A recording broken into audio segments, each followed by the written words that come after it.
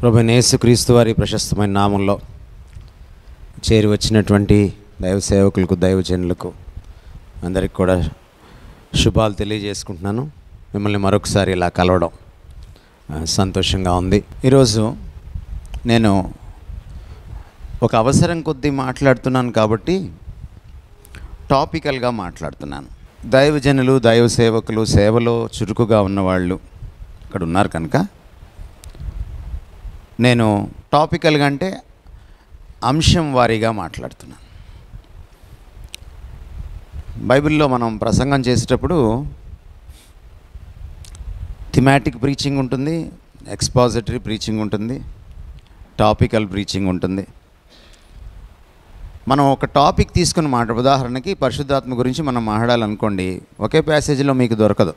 ఎందుకంటే బైబిల్ని టాపికల్గా రాయలేదు. కాబట్టి మనం ఏం చేయాలి?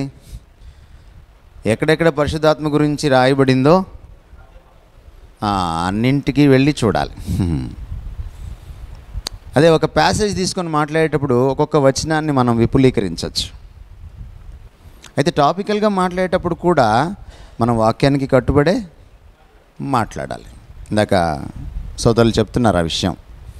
అది మీరు ఖచ్చితంగా గుర్తుపెట్టుకోవాల్సిన విషయం. అంటే మన ఆలోచన వాక్యంలో పెట్టకుండా వాక్యపుట ఆలోచన మనం తీసుకోవాలి, అందులోంచి వెలికి తీయాలి. మనల్ని మనం ఏమని పిలుచుకుంటున్నాం? దైవజనులమనో, దైవ సేవకులమనో. మీరు ఎలా పిలుచుకుంటారు? సహోదరులే.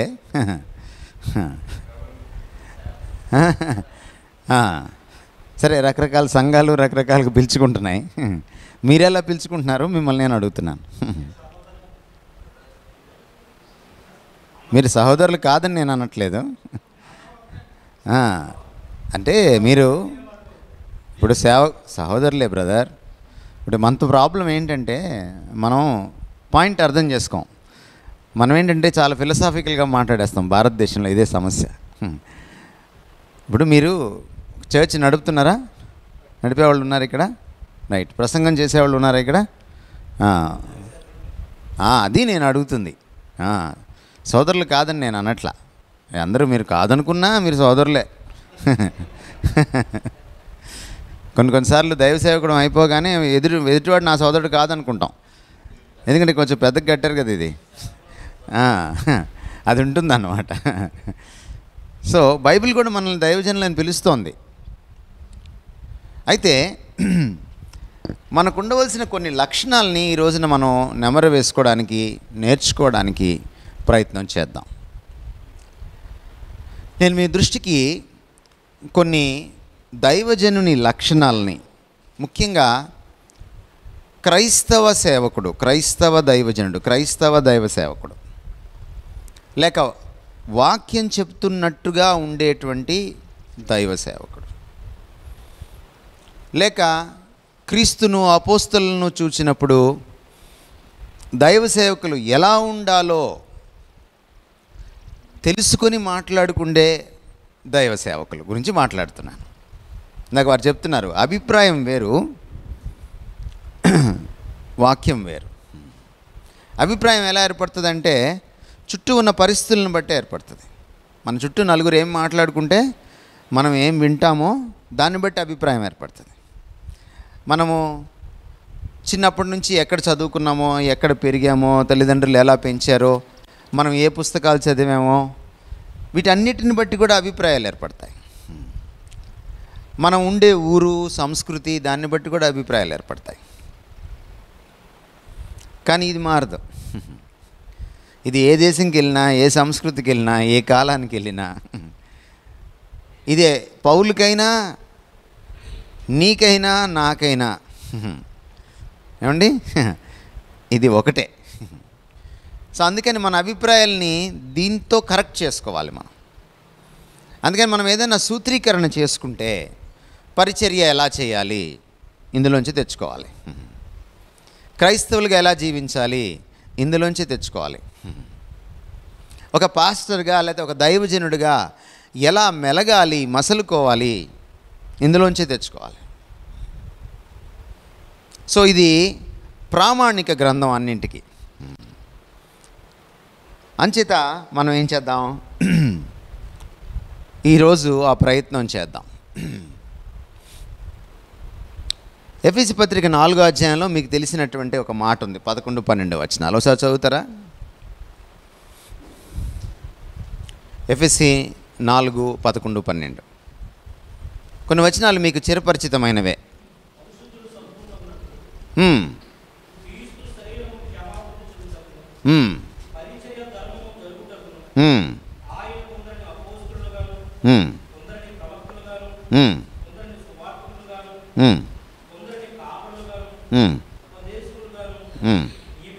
రైట్.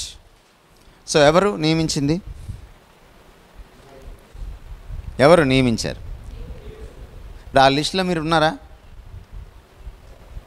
లిస్టులో లేరా మీరు? ఎక్కడో దగ్గర పడతారు కదా ఆ లిస్టులో మీరు. పడకపోతే ఇంక ఈరోజు ఈ సదస్సులో కూర్చోడం అనవసరం, మీరు సాయంత్రం రండి. ఎవరు నియమించారు మిమ్మల్ని?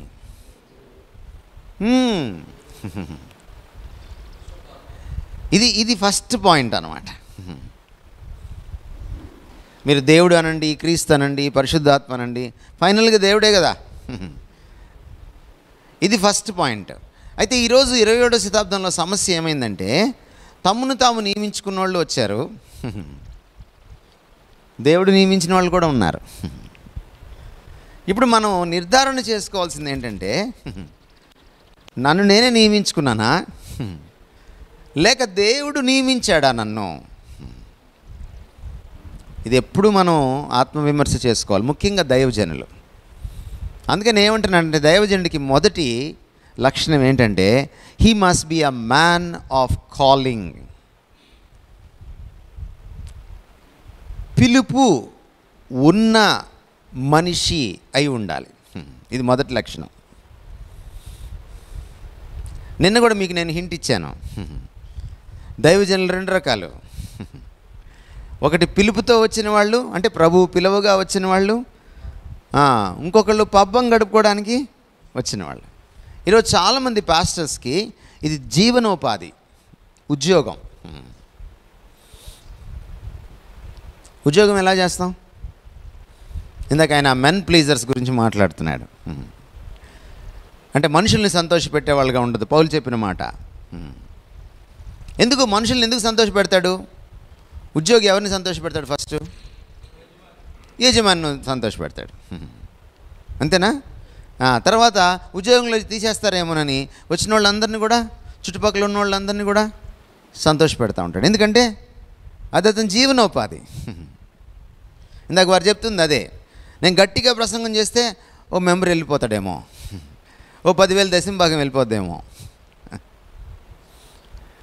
నేను గట్టిగా ఖండిస్తే నన్ను ఈ పీఠం నుంచి కింద పడేస్తారేమో. ఈ అభద్రతా భావం ఇదంతా కూడా ఎవరికి ఉంటుందంటే, పిలుపు లేని వాళ్ళకి ఉంటుంది. పిలుపుని వాళ్ళు అలా ప్రవర్తించరు, వాళ్ళకి ప్రభువే ముఖ్యం. పేతురుని, యోహాన్ని పట్టుకెళ్ళి మీరు ఈ నామాన్ని ప్రకటించడానికి వీలు లేదు అని మీరు అపోస్తల కార్యాల్లో చదివి ఉంటారు. వాళ్ళు వీధుల్లో సువార్త చెప్తూ స్వస్థత చేస్తూ ఉన్నప్పుడు, అప్పుడు పేతురు ఒక ప్రశ్న అడిగాడు వాళ్ళని, యూదుల పెద్దల్ని, చట్టసభల్ని, వాళ్ళకి అధికారం ఉంది, వాళ్ళని ఒక ప్రశ్న అడిగాడు. మిమ్మల్ని మీ మాట వినమంటారా, అంటే మిమ్మల్ని సంతోషపెట్టమంటారా, లేక దేవుడి మాట వినమంటారా, మీరే చెప్పండి అన్నాడు. ఎందుకు అంత గట్టిగా మాట్లాడగలిగారు వాళ్ళు? వాళ్ళ పిలుపు వాళ్ళకి తెలుసు, వాళ్ళని నియమించిన వాడు వాళ్ళకి తెలుసు. నిన్న కూడా మీకు నేను చెప్పాను, పిలుపు తెలియాలంటే మొదట పిలిచినవాడు తెలియాలి. ఇక్కడ కూర్చున్న దైవజనులకి ఇది నా పిలుపు అనేది మీకు అర్థం కావాలి అని అంటే, మొట్టమొదట మీరు ప్రభువుతో సన్నిహితులు కావాలి. చూడండి, ఒకసారి పౌలు అన్న మాటని నేను మీకు జ్ఞాపకం చేస్తాను. అపోస్తల కార్యాల్లో ఆయన అగ్రిప్పరాజు ముందు నిలబడ్డాడు. అగ్రిప్పరాజు ముందు నిలబడి ఆయన మాట్లాడుతున్నాడు. మాట్లాడుతున్నప్పుడు పౌలు ఏమన్నాడు? పౌలు, అగ్రిప్పరాజా, ఆ పరలోక దర్శనానికి నేను అవిధేయుడను కాను. ఇది మాట్లాడే సమయానికి పౌలు ఏ స్టేజ్కి వచ్చి ఉన్నాడు? దీని తర్వాత ఇంకొక 4-5 సంవత్సరాల్లో ఆయన్ని శిరచ్ఛేదనం చేశారు, తల నరికేశారు. అంటే ఇంకొక 4-5 సంవత్సరాల్లో ఆయన జీవితం, ఆయన పరిచర్య అయిపోబోతున్నాయి. యేసుక్రీస్తు వారు ఆరోహణం అయిపోయిన ఒక దశాబ్దం లోపే, చాలా కొద్ది సంవత్సరాల్లోనే పౌలు దమస్కు మార్గంలో మారుమనసు పొందాడు. అప్పుడే పిలుపు నొందాడు. ఆయన ఏమని చెప్పాడు ఆ రోజున దేవుడు ఆయనకి? నువ్వు రాజుల ఎదుట, అధికారుల ఎదుట నాకు సాక్షిగా ఉండాలి, నా నిమిత్తం శ్రమపడాలి, అన్యులకు నువ్వు సువార్త చెప్పాలి. ఈ పిలుపు మర్చిపోయాడు ఆయన. ఇంకో 4-5 సంవత్సరాల్లో చనిపోతాడు అనంగా కూడా ఆయన మర్చిపోలేదు. అంటే దైవజనుడు ఎలా ఉండాలంటే ఆ సెన్స్ ఆఫ్ కాలింగ్, నేను ఎవరిని, నన్ను ఎవరు నియమించారు, నేను ఏం చేయడానికి వచ్చాను. యేసుప్రభు వారి జీవితాన్ని కూడా మీరు చూడండి. ఆయన 12 ఏళ్ల బాలుడైనప్పుడు ఆయన తన పిలుపు గురించి మాట్లాడుతున్నాడు. ఆయన తప్పిపోయాడు, వాళ్ళు పరిగెట్టుకుంటూ వచ్చారు. వాళ్ళ అమ్మ గాబరా పడుతూ, నాయన ఏమైపోయావు, నేను మీ నాయన ఎంత బాధపడుతున్నావు. అప్పుడు ఆయన అన్నమాట ఏమిటి? లూకాసు వార్త 2వ అధ్యాయంలో మీకు కనపడుతుంది కదా. ఆయన అన్నమాట ఏమిటి? నా తండ్రి పని మీద నేను ఉన్నానని నీవు ఎరుగవా. ఏంటి ఆయన సెన్స్ ఏంటి? ఆయన ఏ స్పృహలో ఉన్నాడు? తండ్రి నన్ను పంపించాడు, నేను ఆయన పని మీద ఉండాలి. మనకి 30 ఏళ్ల నుంచి యేసుప్రభు కనపడతాడు చాలాసార్లు. కానీ 12 ఏళ్ళప్పుడు కూడా ఆయన ఆ స్పృహలోనే జీవించాడు. యోహాను సువార్త 17వ అధ్యాయంకి మీరు వచ్చేటప్పటికి ఆయన ఆకాశం వైపు కన్నులెత్తి తండ్రికి ప్రార్థన చేస్తున్నాడు. ఇంకా ఆయన 1-2 రోజుల్లోనో లేకపోతే కొన్ని గంటల్లోనో సిలువకి ఎక్కబోతున్నాడు. ఈ ప్రార్థన మోస్ట్ ప్రాబబ్లీ గెత్సెమనేలో చేసిన ప్రార్థన, ఏకాంతంలో చేసిన ప్రార్థన. అని ఏమంటున్నాడు? తండ్రి, భూమి మీద చేయుటకు నీవు నాకు అప్పగించిన పనిని నేను ముగించాను. అంటే ఆయన పుట్టింది మొదలు, బాల్యం మొదలు, ఆయన సిలువకి ఎక్కేంత వరకు కూడా తండ్రి తనని ఎందుకు పంపించాడో అన్న విషయాన్ని ఆయన విస్మరించలేదు. ఆయన స్ఫురణలోనే పెట్టుకున్నాడు. ఆ మతితో, ఆ ఆలోచనతో, ఆ స్పృహలో ఆయన బ్రతుకుతూ ఉన్నాడు. ఈరోజు మనం వేసుకోవాల్సిన ప్రశ్న ఏమిటంటే, are you a man of calling? ఈ సెన్స్ ఆఫ్ పర్పస్ తోటి, అంటే దేవుడు నన్ను ఇందుకోసం పిలిచాడు, దేవుడు నన్ను పిలిచాడు. నాకు ఈ భూమి మీద ప్రధానమైన విషయం ఏమిటంటే ఇదే. నేను బ్రతికినా దీనికోసమే బ్రతుకుతాను, నేను చనిపోయినా దీనికోసమే చనిపోతాను. మధ్యలో నువ్వు ఉద్యోగం చేస్తావా ఏమైనా, కొంతమంది చెప్తుంటారు నువ్వు ఉద్యోగం మానేసి వస్తేనే దైవజనుడు అని. అట్లేం లేదు. పౌలు వ్యాపారం చేసుకుంటూ ఆయన ఫుల్ టైమ్గా పనిచేశాడు. దాని గురించి నేను మాట్లాడట్లా. కానీ నీ ఫోకస్ దేని మీద ఉంది? ఇది చాలా ప్రాముఖ్యమైనది. బైబిల్లో మీకు చాలాసార్లు లౌకిక ప్రపంచంలో పెద్ద పెద్ద జాబులు చేస్తూ దేవుడి చేత బలంగా వాడబడిన ప్రవక్తలు ఉన్నారు. దానియేలు ప్రధానమంత్రిగా ఉన్నాడు, ప్రవక్తగా ఉన్నాడు ఒకే సమయంలో. దావీదు రాజుగా ఉన్నాడు, ప్రవక్తగా ఉన్నాడు ఒకే సమయంలో.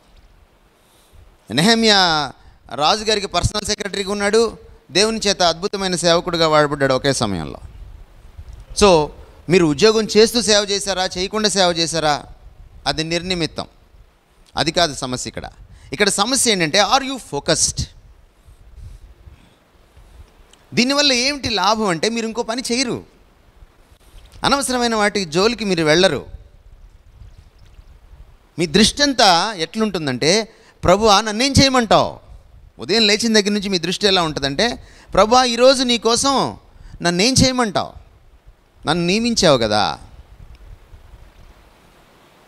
మీకు గుర్తుందా, సంఘంలో సమస్య వచ్చింది భోజనం పంచే దగ్గర. మీరు అపోస్తల కార్యాలు 6వ అధ్యాయం చదివితే మీకు అర్థమవుతుంది. అపోస్తలులు ఏమన్నారు? ఈ పని మేము తీసుకోము, మీరే ఎన్నుకోండి కొంతమంది దీనికోసం ప్రార్థనాపూర్వకంగా అని కొన్ని లక్షణాలు ఉన్న వాళ్ళని వాళ్ళు ఎన్నుకున్నారు. అప్పుడు అపోస్తలులు చెప్పిన మాట ఏమిటంటే, మేము ఒకవేళ ఇందులోకి దిగి, వాళ్ళు చేయలేక కాదు, చేయగలరు, కానీ వాళ్ళని దేవుడు పిలిచినటువంటి పని పాడైపోతుంది. దీన్ని ఏమంటారు? సెన్స్ ఆఫ్ పర్పస్ అన్నమాట. నన్ను ఎందుకు పిలిచాడో, ఏ ప్రయోజనంతో, ఏ ఉద్దేశంతో పిలిచాడో దానికి కట్టుబడి ఉండడం. నాకు దేవుడిచ్చిన 24 గంటల్లో అధిక శాతం నేను ఈ పిలుపుకి తగిన పనులే చేస్తానన్నమాట. ఒకవేళ నాకు పెళ్ళి కాకపోతే నేను పెళ్లి చేసుకునేటప్పుడు కూడా ఈ పిలుపుకి తగినట్టుగా ఉండే అమ్మాయిని చేసుకుంటాను, నా కులం అమ్మాయిని చేసుకోను. మన దేశంలో పెళ్లి చేసుకోవాలంటే ఏం చేస్తారు? ఫస్ట్ కులం చూస్తారు, ఆ తర్వాత ఏం చూస్తారు?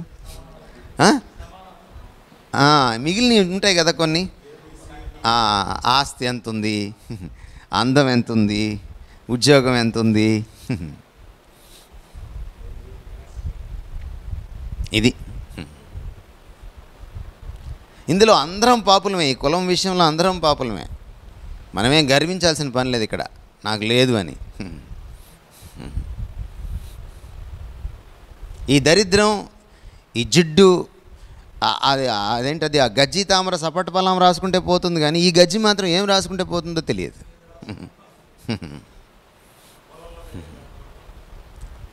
కానీ మనకు ఉండవలసింది, నేనేమంటున్నానంటే, కాలింగ్ అనేది ఉంది చూసారు, ఈ పిలుపు అనేది, ఇది చాలా పెద్ద గొడుగు. నీ ఉద్యోగం ఆ గొడుగు కిందకు రావాలి. నువ్వు నీ జీవిత భాగస్వామిని ఎంచుకుంటున్నావా, ఆ గొడుగు కిందకు రావాలి. ఎందుకంటే దేవుడు నిన్ను ఒక పిలుపుతో పిలిస్తే ఇంకొక పిలుపుని అమ్మాయిని చేసుకున్నావు అనుకో, అయిపోయావే. నువ్వు విశ్వాసిని మాత్రమే చేసుకోకూడదు, నీ పిలుపుకి తగిన అమ్మాయిని నువ్వు చేసుకోవాలి. ఎందుకంటే మీరు ఆదికాండంలోకి వెళ్తే మీరు వివాహాన్ని మీరు అర్థం చేసుకోగలిగితే, థియాలజీలో క్రియేషన్ ఆర్డినెన్సెస్ అంటాం. వివాహం గురించి అడిగినప్పుడు యేసుక్రీస్తు వారిని మత్తయి సువార్త 19వ అధ్యాయంలో ఆయన పాపానికి ముందటి విషయానికి తీసుకువెళ్ళాడు. అండ్ మనం పాపంలో పడిపోయిన తర్వాత చాలా విలువలు మారాయి, మన దృష్టిపథం మారింది, అందువల్ల మనకు కొన్ని అర్థం కావట్లేదు. విడాకులు ఇవ్వచ్చు, తప్పేం లేదు కదా అని ఆయన దగ్గరికి వచ్చి అడిగితే, మోషే దానికి ఆల్రెడీ చెప్పాడు కదా అంటే, మీ హృదయ కాఠిన్యాన్ని బట్టి అలా చెప్పాడు. అంటే నువ్వు పాపంలో పడిపోయి ఉన్నావు కాబట్టి, నీకు ఇంతకంటే కెపాసిటీ లేదు కాబట్టి, నీకు విడాకులు అనేటువంటి ఒక వెసులుబాటుని ఇచ్చాడు తప్ప, కానీ దేవుడి హృదయం కాదు ఇది, ఆది నుంచి అలాగున లేదు అన్నాడు ఆయన. ఆది నుంచి అంటే అర్థం ఏంటి? నువ్వు ఏదన్నా ఒక స్టాండర్డ్ తెలుసుకోవాలంటే ఆదికాండం మొదటి 2 అధ్యాయాలు చదవాలన్నమాట. ఎందుకంటే 3వ అధ్యాయంకి వచ్చేటప్పటికి పాపంలో పడిపోయాం అన్నమాట. అక్కడికి వెళ్ళి చెప్పడం మొదలుపెట్టాడు. అక్కడి నుంచి తీసుకొని అన్నాడు ఆయన మాట, ఏమన్నాడు? దేవుడు జతపరిచిన దాన్ని మనుషులు వేరు చేయకూడదు. ఈరోజు నేను కూడా అక్కడికి వెళ్తున్నాను మీకు చెప్పడానికి ఈ పాయింట్. దేవుడు మనిషిని సృష్టించి వాడికి ఒక ప్రయోజనం ఇచ్చాడు. ఏమిటా ప్రయోజనం? నువ్వు భూమిని నిండించి దాన్ని స్వాధీనం చేసుకోవాలి. నువ్వు ఆకాశ పక్షుల్ని అంటే అంతరిక్షాన్ని, నువ్వు జలచరాల్ని అంటే సముద్రాలని, నువ్వు భూతలాన్ని, గగనతలాన్ని, సముద్రతలాన్ని, భూతలాన్ని నువ్వు పరిపాలించాలి. ఒక మాటలో చెప్పాలంటే, నా పక్కన కుర్చీ వేసుకొని నాతో పాటు నువ్వు సృష్టిని పరిపాలించాలి. కో రీజెన్సీ అంటాం. రీజెంట్ అంటే కింగ్, పరిపాలకుడు. సహపరిపాలకుడి పోస్ట్ ఇచ్చాడు ఆదాముకి. అయితే మీరు జాగ్రత్తగా గమనిస్తే ఆదాముకు ఒక్కడికే ఇవ్వలేదు ఈ పోస్టు. మీరు ఆదికాండం మొదటి అధ్యాయం చదివితే, మీరు ఫలించండి, మీరు విస్తరించండి, మీరు స్వాధీనం చేసుకోండి, మీరు ఏలండి, ఇద్దరికి ఇచ్చాడు. దేర్ఫోర్ దైవజనులు భార్యలు ఒకవేళ ఇక్కడ ఎవరైనా ఉంటే మీరు రికార్డ్ చేసుకుని ఇంటికి తీసుకెళ్ళి వినిపించండి వాళ్ళకి. మీ పిలుపులో కూడా వాళ్ళు భాగస్వాములు అవుతారు. మీ రక్షణలో వాళ్ళు భాగస్వాములు అవుతారని పేతురు మొదటి పత్రిక 3వ అధ్యాయంలో చెప్పాడు, గుర్తుందా లేదా మీకు? కానీ మీ పిలుపులో కూడా వాళ్ళ భాగస్వాములు అవుతారు. అంటే నేను ఎందుకు చెప్తున్నానంటే ఈ విషయం, పిలుపు అంత పెద్దది. నేను ఈ ఊరిలో సెటిల్ అవ్వాలా, పక్క ఊరిలో సెటిల్ అవ్వాలా, అమలాపురంలో సెటిల్ అవ్వాలా, అమెరికాలో సెటిల్ అవ్వాలా? ఏం డిసైడ్ చేస్తుంది? పిలుపు డిసైడ్ చేస్తుంది. ఒకవేళ పిలుపు నిన్ను భారతీయులకు సువార్త చెప్పడానికి నేను ఎంచుకున్నాను అని చెప్తే ప్రభు, నువ్వు అమెరికా వెళ్ళకూడదు. గట్టిగా చెప్పండి, వెళ్ళకూడదు. దేవుడు నన్ను 1992లో పిలిచాడు. ఆ ఏడాది ఓ నెల 2 నెలల పాటు యెహెజ్కేలు గ్రంథం పారాయణం చేస్తున్నాను. దేవుడు చాలా స్పష్టంగా మాట్లాడాడు. భాష రాని ప్రజల దగ్గరికి నేను నిన్ను పంపించట్లేదు, నీ భాష వచ్చినా నీ ప్రజల దగ్గరే నిన్ను ఉంచుతున్నాను. నువ్వు వాళ్ళతో నేను చెప్పింది చెప్పాలి. అదే సమయంలో కువైట్లో 2 ఉద్యోగాలు రెడీగా ఉన్నాయి. పాస్పోర్టే కాదు, వీసా కూడా రెడీ అయిపోయే పరిస్థితిలో మోకరించి ప్రార్థన చేశాను. అయినా నేను వెళ్ళాలి అనేది నీ చిత్తమైతే నువ్వేదో ఒక ఆటంకం చెయ్యాలి. సాధారణంగా ఒక గవర్నమెంట్ ఎంప్లాయీకి పాస్పోర్ట్ రావడం కొంచెం లేట్ అవుతుంది, ఎందుకంటే ఆయనకి నో అబ్జెక్షన్ సర్టిఫికెట్లు ఉంటాయి, ఆ తతంగాలన్నీ ఉంటాయి. నేను గవర్నమెంట్ ఎంప్లాయీని కాదు, అప్పుడే డిగ్రీ అయిపోయి రెడీగా ఉన్నాను ఉద్యోగం చేయడానికి. మోకరించి ప్రార్థన చేస్తే దేవుడు ఏం చేశాడంటే, ఆయనకి 45 రోజుల్లో పాస్పోర్ట్ వచ్చింది, నాకు 8 నెలలు పట్టింది. ఈలోపు నా వర్క్ పర్మిట్ పోయింది, నా ఉద్యోగాలు పోయినాయి అక్కడ. ఈరోజు మా వాళ్ళందరూ విదేశాల్లో సెటిల్ అయిపోయారు, ఇల్లు కూడా కట్టేసుకున్నారు. కానీ నేను ఇక్కడ చాలా సంతోషంగా ఉన్నాను, వాళ్ళకంటే సంతోషంగా ఉన్నాను. వాళ్ళంతా నేను సంపాదించకపోయినా, ఎందుకంటే దేవుడు 1992లో మాట్లాడిన మాట నాకు గుర్తుంది. ఏమిటది? నీ దేశ ప్రజల కోసం నేను ఇక్కడ ఉంచాను. నన్ను అమెరికాకి పిలిచినప్పుడు నేను వాళ్ళని ఒకటే అడిగాను, నేను అక్కడికి వచ్చి మళ్ళీ నేను మామూలుగా మాట్లాడేటట్లయితే నేను అక్కడికి రావడం దేనికి? నేను అక్కడికి వచ్చి ఇక్కడ రీచ్ అవ్వలేని వాళ్ళని నేను అక్కడ రీచ్ అవ్వగలిగితే నన్ను పిలవండి, అమెరికాకి వస్తాను, లేకపోతే నేను రానన్నాను.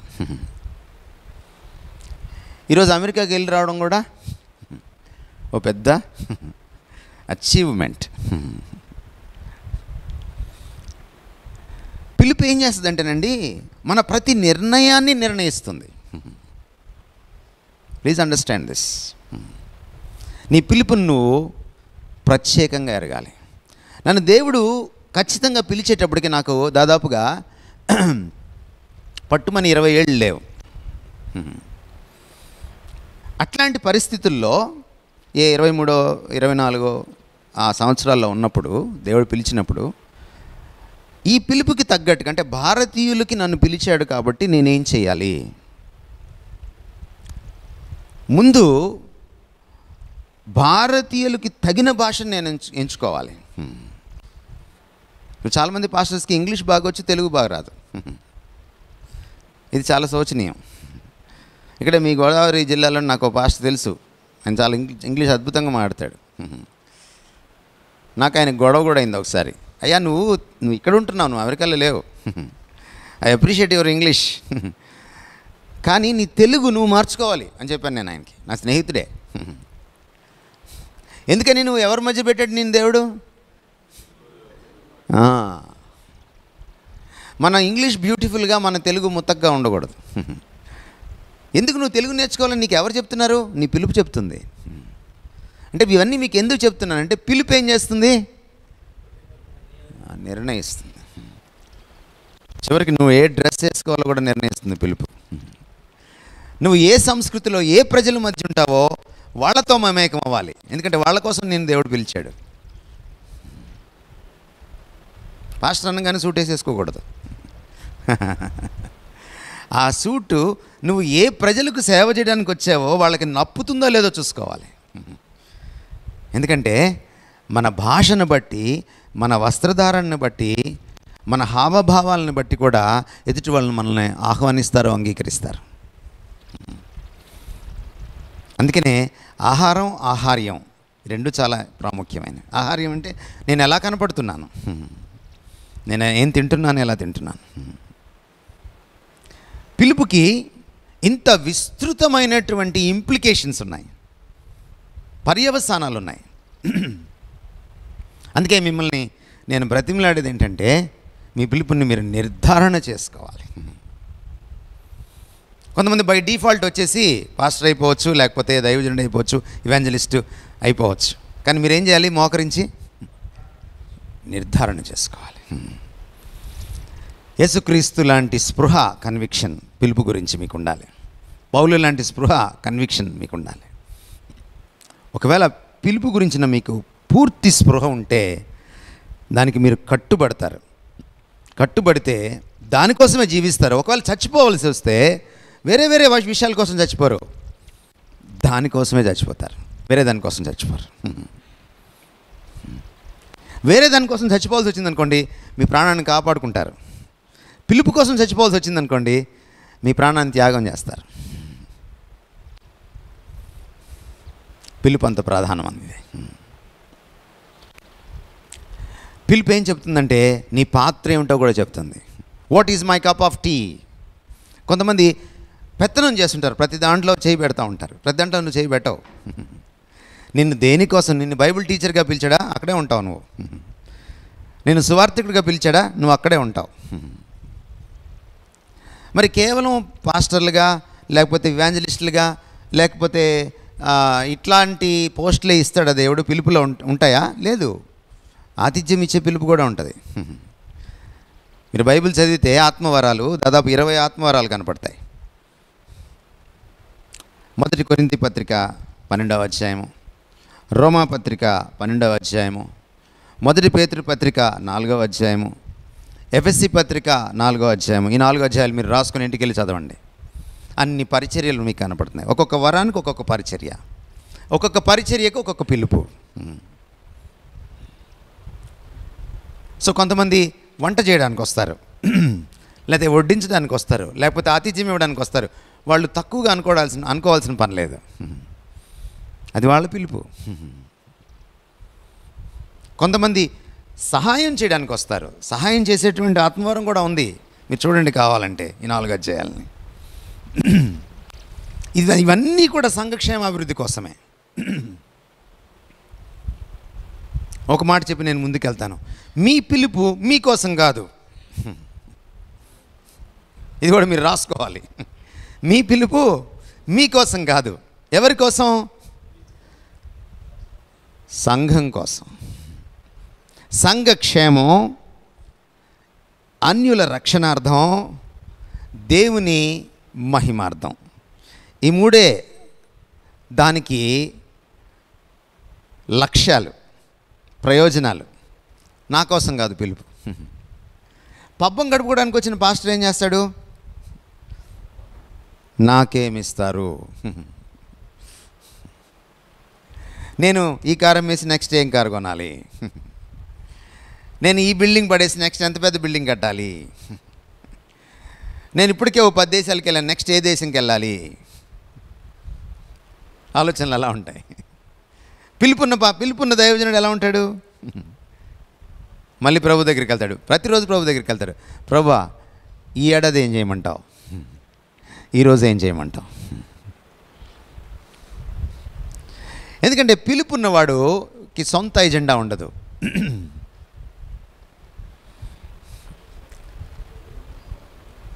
సో పిలుపు నీ కోసం కాదు, ప్రభువును మహింపరచడం కోసం, సంఘాన్ని వృద్ధిలోకి తేవడం కోసం. సంఘం అంటే గోడలు కాదు, మనుషుల్ని కట్టడం, వాళ్ళ జీవితాలని క్రీస్తులో నిర్మించడం. అన్యుల రక్షణార్థమే నీకు పిలుపు. రెండవ లక్షణము ఏమిటి అని అంటే, దైవజనుడిలాగా ఉండాలి. 2 తిమోతి పత్రిక 3:16లో మనల్ని పౌలు దైవజనుడు అంటున్నాడు. అంటే దైవజనుడు ఎలా ఉండాలంటే దైవికంగా ఉండాలి. A man of God must be a man of God. దైవికత. ఈరోజు చాలామందిలో లౌకికత ఎక్కువ ఉంది. పాస్టర్లు ఈరోజు బాగా సంపాదిస్తున్నారంటే, వృద్ధి చెందుతున్నారంటే కారణం ఏంటంటే వాళ్ళకి వాక్యం కన్నా లౌక్యం ఎక్కువ.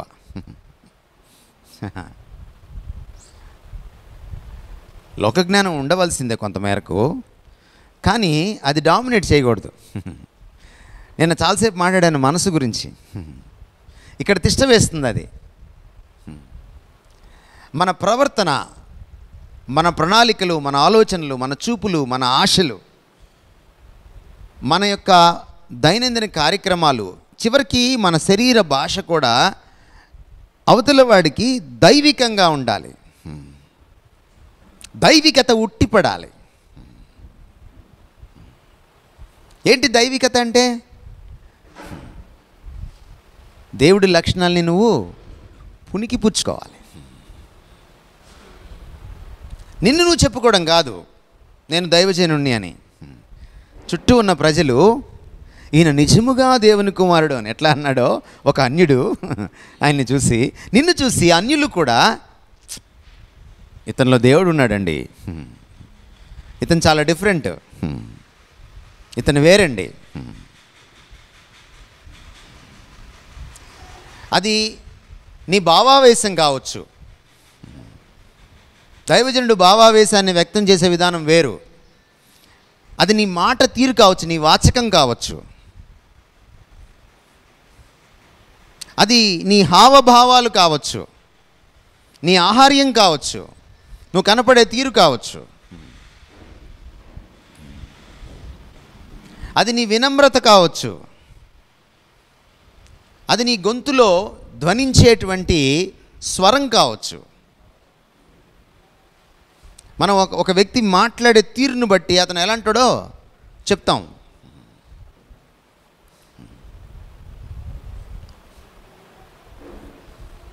ఒకవేళ మీరు అలా లేరు అనుకోండి, మీరు దేవుణ్ణి రిప్రజెంట్ చేయట్లా, మిమ్మల్ని మీరే బయట వేసుకుంటున్నారు.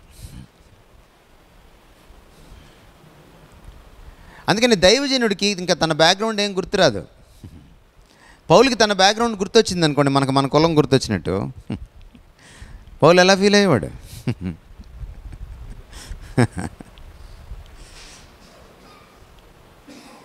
అంచేత ఇది జ్ఞాపకం చేసుకోండి. ఎలా వస్తుంది ఒక పాస్టర్ గారికి కానీ, ఒక సువార్థికుడికి కానీ, ఒక దైవ సేవకుడికి కానీ దైవికత ఎలా వస్తుంది?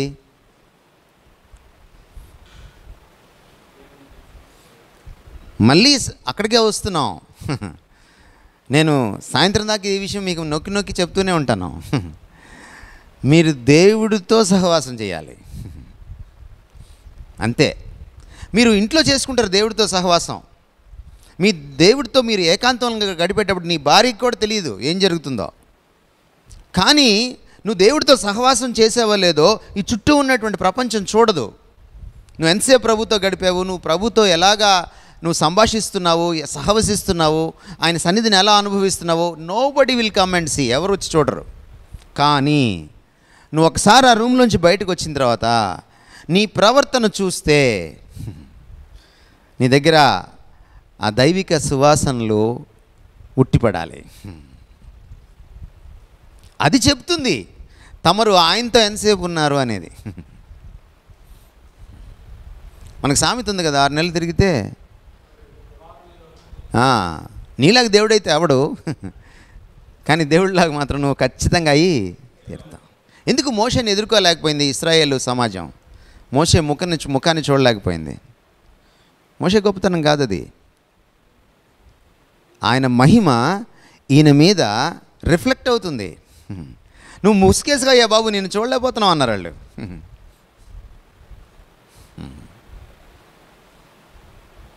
మీరు అద్దంలో చూసుకునేటప్పుడు దైవజనులు ముఖం మీద ఏం మచ్చలు ఉన్నాయి, మీసాలు ఎలా ఉన్నాయి చూసుకోకండి, ఎంత దైవికత ఉందో చూసుకోండి.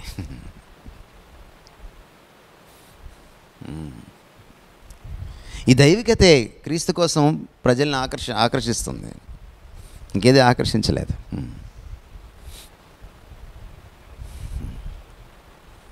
ఇంకొక మాటలో చెప్పాలంటే క్రీస్తు తత్వాన్ని పుణికిపుచ్చుకోవడమే దైవికత.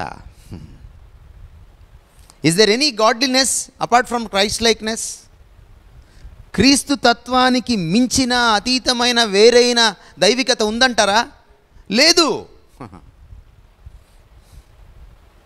క్రీస్తులో నాకు నచ్చేది ఏంటంటే ఆయన ఒక దేవుడు ఎలా ఉంటాడో మాత్రమే చూపించలే మనకి, ఒక మంచి మానవుడు ఎలా ఉంటాడో కూడా చూపించాడు.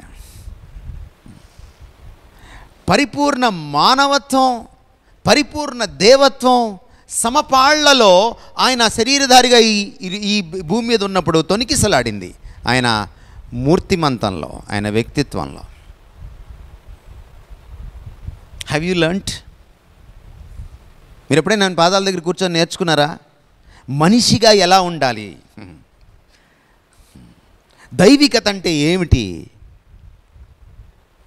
అందుకే నేను దైవజనులకి మొత్తుకొని చెప్పేది ఏంటంటే, మీరు బైబిల్లో అన్ని పుస్తకాలు చదవండి, కానీ 4 సువార్తల్ని ప్రతిసారి చదవండి. కనీసం సంవత్సరానికి ఒకసారైనా దాని మీద బైబిల్ స్టడీ చేయండి. ఎందుకు 4 పుస్తకాలు ఎవరు కనపడతారు మీకు? శరీరధారిగా ఇక్కడ నడియాడినటువంటి ఆ దేవుడు, ఆయన హావభావాలు, ఆయన భాష, ఆయన ప్రేమ పరిశుద్ధత, ఆయన సంబంధ బాంధవ్యాలు, ఆయన లావాదేవీలు అన్నీ మీకు ఆ 4 సువార్తల్లో కనబడతాయి. ప్రతి వచనము మీతో మాట్లాడుతుంది. మనం చాలాసార్లు దైవజనులుగా అబ్రహాము క్యారెక్టర్ చదువుతాం కదా, పేతురు క్యారెక్టర్ చదువుతాం కదా, మనం అప్పుడప్పుడు ప్రసంగాలు కూడా చేస్తాం, అబ్రహాం మీద ప్రసంగం చేస్తాం కదా. కానీ మీరు ఎప్పుడైనా యేసుప్రభు క్యారెక్టర్ చదివారా? క్యారెక్టర్ స్టడీ చేశారా? బైబిల్ స్టడీలో ఇదొక పద్ధతి, క్యారెక్టర్ స్టడీ చేయడం. ఎప్పుడైనా స్త్రీల మీటింగ్ అప్పుడు చాలాసార్లు ఏ లూదియా గురించో, లేకపోతే ఏ మరియమ్మ గురించో, లేకపోతే ఏ ప్రిస్కిల్లా గురించో చదువుతూ ఉంటారు, ఏ ఫీబీ గురించో. కానీ మీరు ఎప్పుడైనా క్రీస్తు క్యారెక్టర్ చదివారా? అచ్చంగా బైబిల్ స్టడీ చేశారా? క్రీస్తును, అస్సలు శిష్యులు క్రీస్తును మనకి ఏది పరిచయం చేస్తుంది? వాక్యమే. ఆ తర్వాత మీరు పౌలు పత్రికలు చదవాలి. క్రీస్తు యొక్క ఔన్నత్యాన్ని ఆయన ఎంత అద్భుతంగా ఆవిష్కరించాడు. ఎందుకని మిగిలిన అపోస్తలు కంటే లేట్గా వచ్చాడు, వాళ్ళేమో డైరెక్ట్గా క్రీస్తుతో బ్రతికారు. క్రీస్తు ఆరోహణం అయిపోయిన తర్వాత ఈయన వచ్చాడు. కానీ వాళ్ళందరికంటే ఎక్కువగా క్రీస్తును ఈయన అవపోసన పట్టాడు, క్రీస్తును ఈయన జీర్ణించుకున్నాడు, క్రీస్తును పుణికిపుచ్చుకున్నాడు. ఈయన పత్రికల్లో వాళ్ళకంటే ఎక్కువగా క్రీస్తును ఆవిష్కరించాడు. ఎందువల్ల అంటారు? సాన్నిహిత్యం.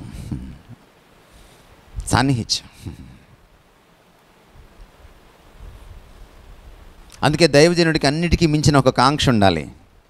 ఏ విధము చేతనైనను క్రీస్తుని ఎరగాలి అనే కాంక్ష.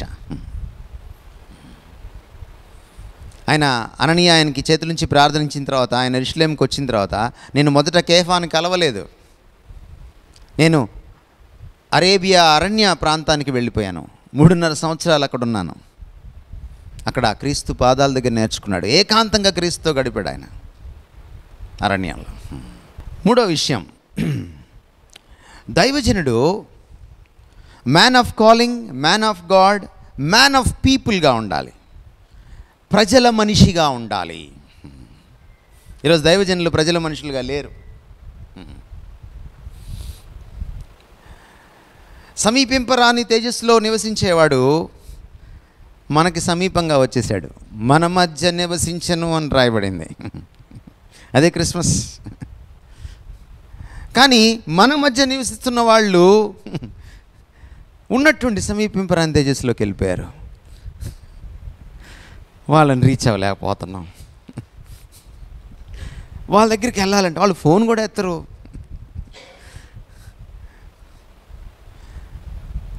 వాళ్ళకి అసిస్టెంట్ ఎత్తుతాడు. వాళ్ళ దగ్గరికి వెళ్ళాలంటే బౌన్సర్లు ఉంటారు. మరి యేసుప్రభు పుట్టిన దగ్గర నుంచి చంపాలనుకుంటున్నారు ఆయన్ని, అసలు పురిట్లోనే చంపేయాలనుకున్నారు ఆయన్ని. మరి ఆయన పెట్టుకోలేదు బౌన్సర్లు. నీకేం పోయే కాలం వచ్చింది, నువ్వు బౌన్సర్లను పెట్టుకున్నావు.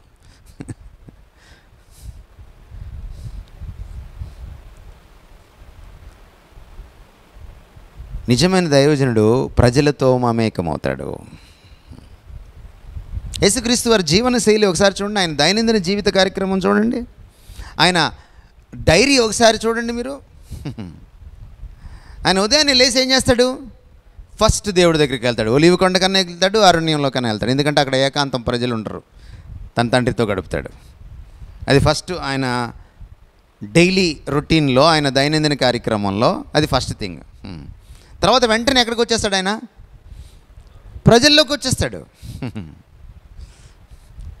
ప్రజల్లోనే ఉంటాడు,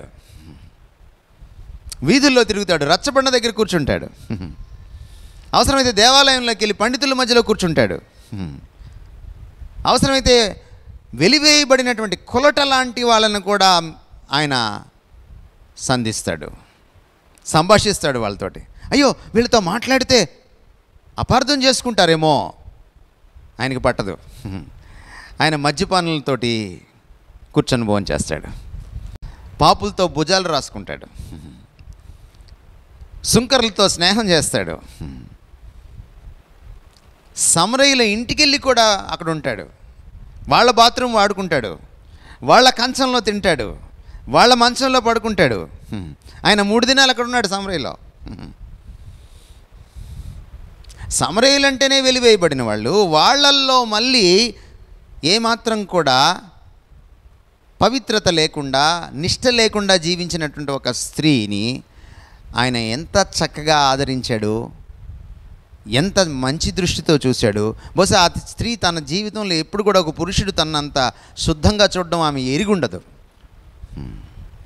మొట్టమొదటిసారి తనను శుద్ధంగా చూసినటువంటి, శుద్ధమైన దృష్టితో చూసినటువంటి ఒక పురుషుడిని ఆమె కనుక్కుంది క్రీస్తులో. ఆయన ప్రజల మనిషి. మీరు దైవజనులు అయిపోగానే ఫీల్ అయిపోయి మెట్టెక్కేసి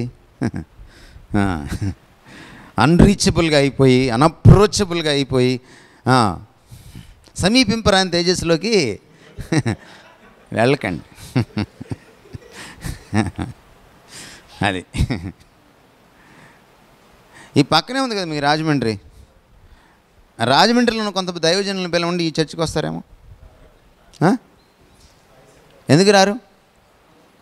స్థాయి స్థాయి ఉందా? స్థాయి ఉందా మనకి? 1 పేతురు పత్రిక 2వ అధ్యాయం 9వ వచనం ప్రకారం ప్రతి విశ్వాసి యాజకుడే, ప్రతి విశ్వాసి రాజే, వాడు ఏ కులస్తుడైనా సరే. ఏముంది దైవజనులకు స్థాయి? క్రీస్తుని పక్కన తీసేస్తే మన మొహం మనకేం లేదు.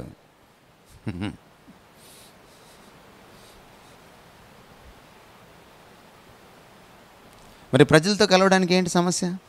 అసలు మిమ్మల్ని దేవుడు నియమించిందే ప్రజల కోసం, ప్రజల్ని ఆయన దగ్గరికి తీసుకురావడానికి, ప్రజలకి రక్షణ భాగ్యం అందడానికి, ఆ ప్రజలు క్రీస్తులోకి రావడానికి, క్రీస్తులాగా మారడానికి. అందుకు కదా మిమ్మల్ని పెట్టింది దేవుడు. మీరు ఆ ప్రజలకు అందుబాటులో లేకపోతే ఇంకా మన మొహం మనం చేసేది ఏముంది?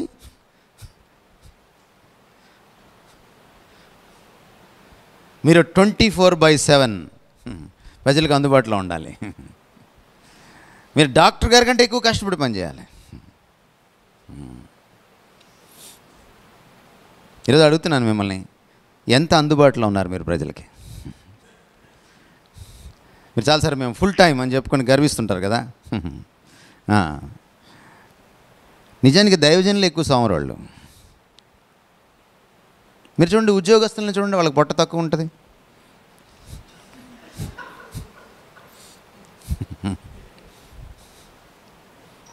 ఎందుకు? పాప మధ్యాహ్నం ఇంత తీసుకెళ్తారు బాక్స్. ఆ బాక్స్ తిని పనిచేసేటప్పటికి అది అరిగిపోద్ది సాయంత్రం కల్లా. రాత్రి ఎక్కువ తినలేరు, ఉదయం లేచి మళ్ళీ పరిగెట్టాలి. కానీ వీళ్ళు ఒక టీచర్ అమ్మా ఎన్ని గంటలు పనిచేస్తుంది రోజుకి?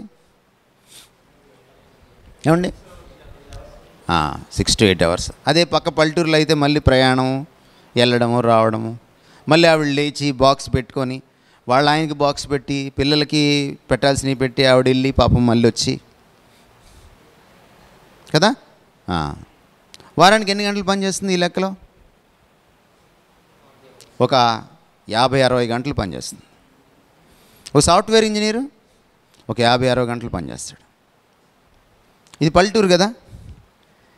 ఇక్కడ చిన్న చిన్న కిరాణా షాపులు, సరుకులు అమ్మే షాపులు ఉంటాయి కదా, వెచ్చాల షాపులు ఉంటాయి కదా. అవి మీరు చూస్తే ఆ వ్యాపారస్తుడు ఎన్ని గంటలు పనిచేస్తాడు రోజుకి? మరి వారానికి ఏమండి? వారానికి రోజుకి 12 వేసుకోండి, వారానికి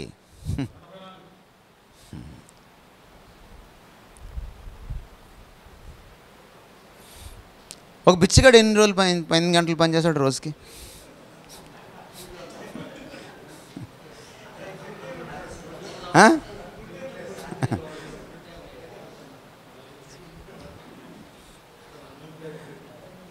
ఇప్పుడు మన దగ్గరికి వద్దాం. ఒక వారానికి మీరు ఎన్ని గంటలు పనిచేస్తారు చెప్పండి నాకు యథార్థంగా? వారం అంటే 7 ఆదివారాలు కాదు, ఆదివారం నుంచి శనివారం దాకా.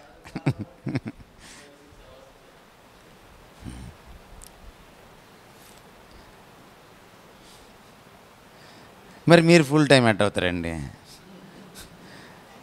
మీరు పార్ట్ టైము, మీది షార్ట్ టైం.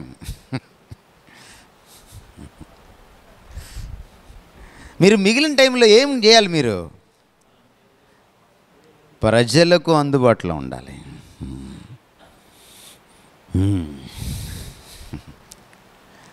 ఏంటి మీ పని? మీరు వారమంతా మీరు బైబిల్ ఏం చదవరు,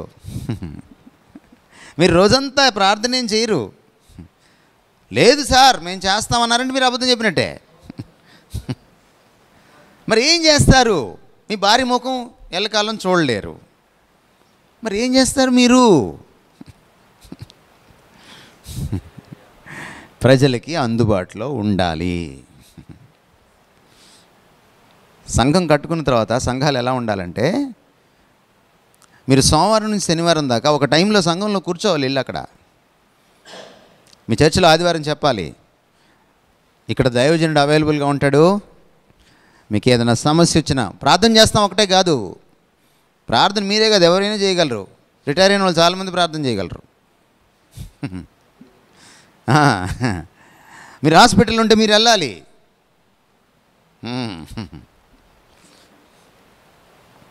కౌన్సిలింగ్ చాలామందికి అవసరం ఉంటుంది. చాలామందికి కుటుంబంలో తగాదాలు, గొడవలు ఉంటాయి. చాలామంది వ్యక్తిగతంగా కృషించిపోతూ ఉంటారు, డిప్రెషన్లో ఉంటారు. కొంతమంది యువకులు ఆత్మహత్య చేసుకోవాలనుకుంటూ ఉంటారు. ఎవరి దగ్గరికి వెళ్తారు వాళ్ళు? మా చర్చి 24 గంటలు తెరిచి ఉంటుంది. నేను మా పాస్టర్ గారి దగ్గరికి వెళ్తే, మా దైవజనుడి దగ్గరికి వెళ్తే నాకు సొల్యూషన్ దొరుకుతుంది. కనీసం చెప్పుకుంటే గుండె బాధ తగ్గిపోద్ది. మీరు పెళ్ళైన వాళ్ళైతే మీ భార్య భర్తలు ఇద్దరు అవైలబుల్గా ఉండాలి. మహిళలకు ఆశ్రమ గారు, పురుషులకు పాస్టర్ గారు. ప్రజల మనుషులుగా మీరు. పాత రోజుల్లో పాస్టర్ గారు ప్రతి ఇంటికి దర్శించేవాళ్ళు. ఈ రోజుల్లో ప్రతి ఇల్లు ఆయన దర్శించాలి, ప్రతి కుటుంబం ఆయన దగ్గరికి రావాలి. దర్శిస్తున్నారా మీరు?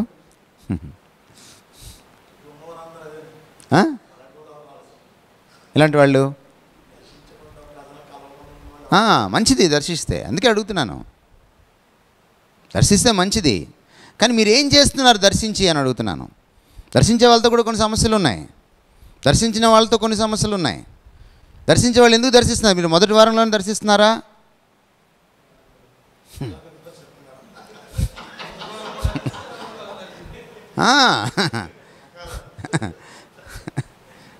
దర్శించే వాళ్ళతో కూడా సమస్యలు ఉన్నాయండి. ఎవరైనా, నేను కాదని అనుకోబాకండి. మనం ఎవరూ అతీతులం కాదు ఇక్కడ. మీరు అందరి మోటివ్స్ మీరు చదవలా. మీ మోటివ్ బాగుండొచ్చేమో, అందరి మోటివ్స్ మీరు ఎలా చదువుతారు?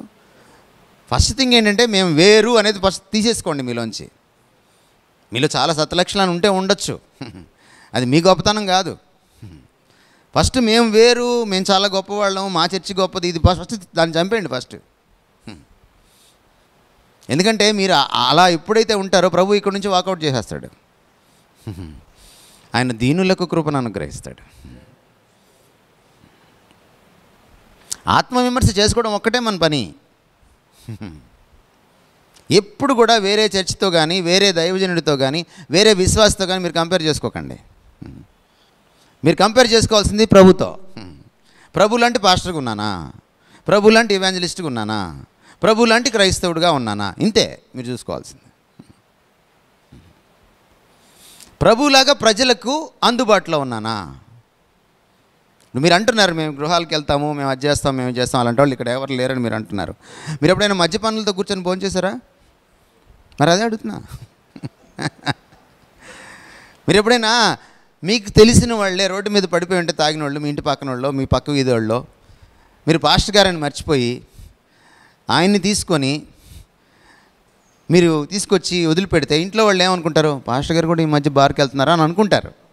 అయినా కూడా మీరు తీసుకెళ్ళి వదిలిపెడతారా అని అంటున్నాను, నేను అడుగుతున్నాను మిమ్మల్ని. ఇది ప్రజల మనిషి అంటే.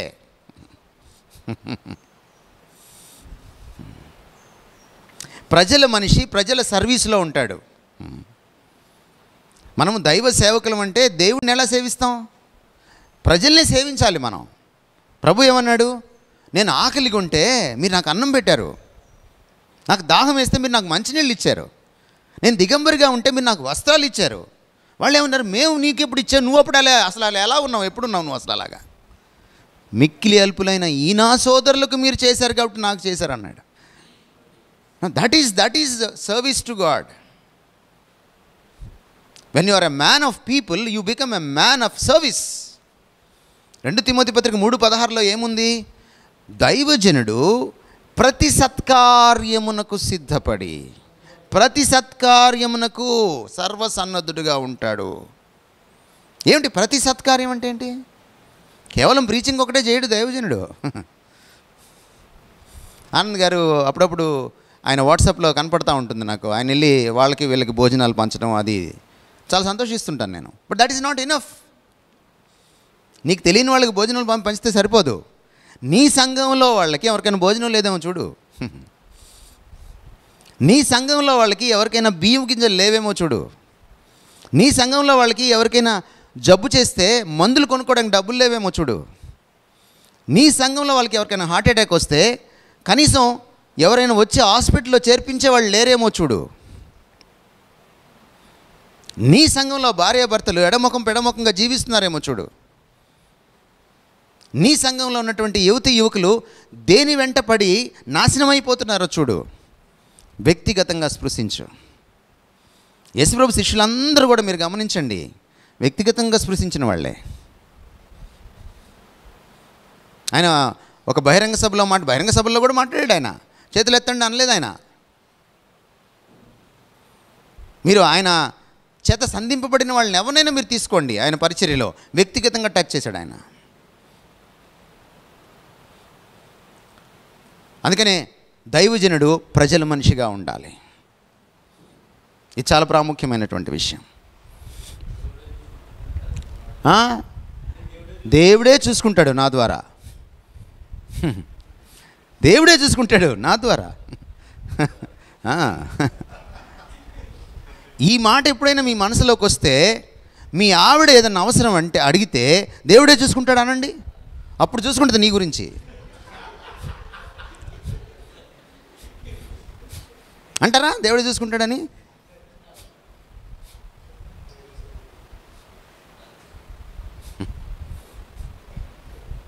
మరి మీ సంఘంలో ఏదైనా అయితే ఎవరికి ఏదైనా దేవుడే చూసుకుంటాడని ఎలా అంటారు?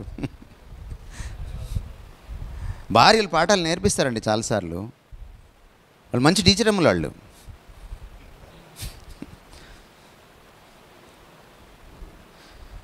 A man of God must be a man of knowledge. జ్ఞానము కలిగిన వాళ్ళు అయి ఉండాలి మీరు. ఇది చాలా ప్రాముఖ్యం. మీకు ఒక చిన్న వచనం మీరు చదివితే నాకు సంతోషం. ఇర్మియా గ్రంథం 3వ అధ్యాయము 15వ వచనం ఒకసారి చదువుతారండి. ఇర్మియా 3:15. తెలుగులో ఇంగ్లీష్లో కొంచెం అటు ఇటుగా ఉంటుంది. నాకు ఇష్టమైన కాపర్లను నేను నియమింతును.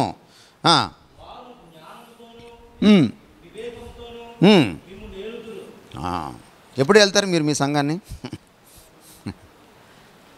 మీ సంఘాన్ని ఎప్పుడు వెళ్తారు మీరు? జ్ఞానం ఉండాలి, వివేకం ఉండాలి. వివేకానికి జ్ఞానానికి తేడా ఏంటంటే, జ్ఞానం అంటే చుట్టూ ఏం జరుగుతుందో ఎవరేంటో తెలుసుకోవడం. వివేకం అంటే ఏంటంటే ఎప్పుడు ఎవరితో ఎలా ప్రవర్తించాలో ఏం మాట్లాడాలో తెలుసుకోవడం. ఉన్న జ్ఞానాన్ని ఎప్పుడు ఎలా ఉపయోగించాలో తెలుసుకోవడమే వివేకం. ఇది ఎవరికి కావాలట? మీకే. మీకు కావాలంటే ఇది. మీకు చూడండి, సైన్స్ ఎలా పుట్టిందో చెప్తాను మీకు నేను. ఆధునిక ప్రపంచంలో మనకి ఈ మోడర్న్ సైన్స్ అనేది ఈరోజు మీ పిల్లలు మీరంతా 10th క్లాస్ లోపు చదువుకున్నవి, కాలేజీల్లో చదువుకుంటున్న, యూనివర్సిటీలో చదువుకుంటున్న సైన్స్ బైబిల్ చదవడం వల్ల పుట్టింది. మీరు చాలా ఆశ్చర్యపోతారు నిజంగా. ఆధునిక విజ్ఞాన శాస్త్రానికి పునాది వేసిన వాడు, పితామహుడు sir Francis bacon. Sir Francis bacon దాదాపు 15-16వ శతాబ్దానికి సంబంధించిన వాడు. అప్పటిదాకా అరిస్టాటిలు లేకపోతే సోక్రటీసు ఇచ్చిన జ్ఞానంతో ఏదో కొద్దో గొప్ప సైంటిఫిక్గా ఆలోచిస్తూ ఉన్నారు. కానీ ఫ్రాన్సిస్ బేకన్ మొట్టమొదటిసారి వచ్చి సైన్స్ ఇలా ఉండాలని నేర్పించాడు, మెథడాలజీ నేర్పించాడు, పద్ధతి నేర్పించాడు. అప్పుడు పురుడు పోసుకుంది ఆధునిక విజ్ఞాన శాస్త్రం. జన విజ్ఞాన వేదికలకు తెలియదు ఈ విషయం. చాలామంది దైవజనులకు కూడా తెలియదు ఈ విషయం. ఫ్రాన్సిస్ బేకన్ని అడిగారు, నీకు ఎలా వచ్చింది ఈ ఆలోచన? సైన్స్ని ఈ దృష్టితో చూడాలి, ఈ పద్ధతిలో చెయ్యాలని నీకు ఎలా వచ్చింది? ఫ్రాన్సిస్ బేకన్ ఏమనంటే, ఆదికాండం 1వ పేజీ చదువుతుంటే, బైబిల్లో 1వ పేజీ చదువుతుంటే నాకు కలిగిందన్నాడు. మీరు అనుకుంటారు లోక జ్ఞానం వేరు, బైబిల్ జ్ఞానం వేరని. అన్ని జ్ఞానాలు ఆయనవే. లోకస్తుడికి కూడా జ్ఞానం ఇచ్చేది ఆయనే. ఇలా అనుకోవడం వల్ల మనం చాలాసార్లు ఏం చేస్తామంటే అసలు న్యూస్ పేపర్ కూడా చదవం. దానివల్ల మీరు ధీటైన సువార్థికులుగా ఉండరు. మీరేంటంటే లోకంలోకి వెళ్తే మేమేమే అంటారు, ఎందుకంటే మీకు తెలియదుగా లోకం. లోకస్తుని చదవకుండా మీరు లోకస్తుడికి సువార్త ఎలా చెప్తారు? ఫ్రాన్సిస్ బేకన్ అన్నారు, అది ఎలాగా బైబిల్ నీకు ఎలాగ తెలియజేయింది? ఎందుకంటే ఆదికాండం 1వ అధ్యాయంలో ఏముందంటే, మీరు ఈ ప్రపంచాన్ని ఏలమనుంది, మీరు ఈ తోటను సేద్యం చేయమని ఉంది 2వ అధ్యాయంలో. మరి ప్రపంచాన్ని ఏలాలంటే అది కూడా అంతరిక్షాన్ని, గగనతలాన్ని, భూతలాన్ని, సముద్రతలాన్ని నేను ఏలాలంటే ముందు ఏలాలంటే ఏముండాలంటే జ్ఞానం ఉండాలి. మీ ఊరికి ఒక పంచాయతీ ప్రెసిడెంట్ ఉంటాడు. ఆయనకి ఊరు ఎక్కడుందో ఏంటో ఏ వీధి ఏంటో ఏమి తెలియలేదనుకోండి, ఆయన కాడు. కొంచెం అమాయకంగా ఉండమనండి, ఒక పురుషుణ్ణి భార్య ఏలేస్తుంది. ఏమండి కాదంటారా? సోదరిలారా చెప్పండి అమ్మా. మాట్లాడకుండా నేరేస్తుంది, మాట్లాడకుండా చేసేస్తుంది. ఏలాలంటే ఏం కావాలి? ఆయనకు అప్పుడు వచ్చిందంటే ఐడియా, ఓహో ప్రపంచాన్ని నేను ఏలగలను, దేవుడు నాకు ఇచ్చాడు మనిషికి ఇది. ఏలాలంటే నేనేం చేయాలంటే పరిశోధన చేయాలి. చంద్రుని పరిశోధించాలి, అంగారకుడిని పరిశోధించాలి, భూమిని పరిశోధించాలి, భౌతిక శాస్త్రాన్ని పరిశోధించాలి. అర్థమైందండి మీకు నేనేం చెప్తున్నాను? గలీలియోని తీసుకెళ్ళి జైల్లో పెట్టారు.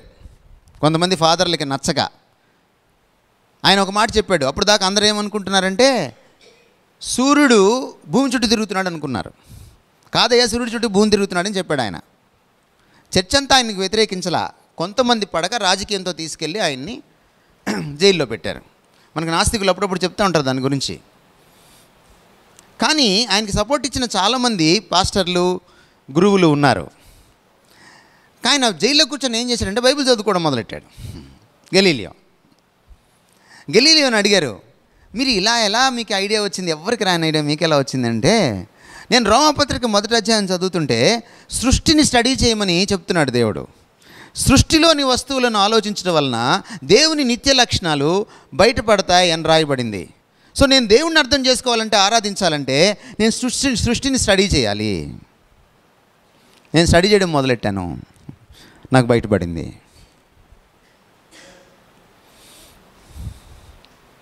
ఎంతమంది దైవజనులు ఇక్కడ న్యూస్ పేపర్ చదువుతారు? చేయొద్దండి. ఎంతమంది దైవజనులు న్యూస్ పేపర్ చదివాక దాంట్లో ఉన్నటువంటి ఘోరాతి ఘోరమైన విషయాలు చూసి ప్రభు దగ్గర మోకరించి ప్రార్థన చేస్తారు? చేతులెత్తండి. Praise lord.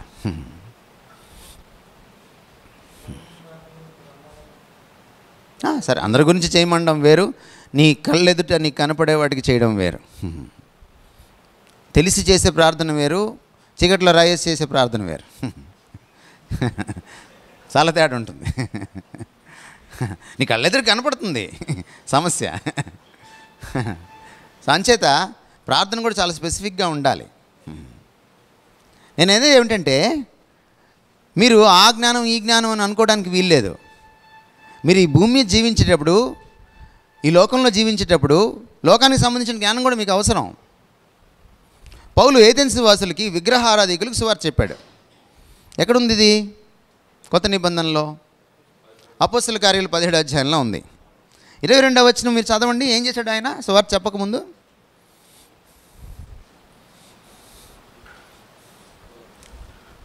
అపోస్తల కార్యాలు 17:22.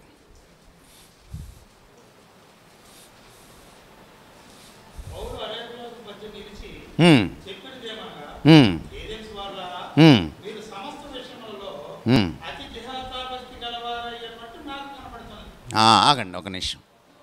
వాళ్ళకి అతి దేవతా భక్తి ఉందని వాళ్ళ భక్తి గురించి ఈయనకెలా తెలిసింది? అది చదవండి, నెక్స్ట్ లైన్లో ఉంది.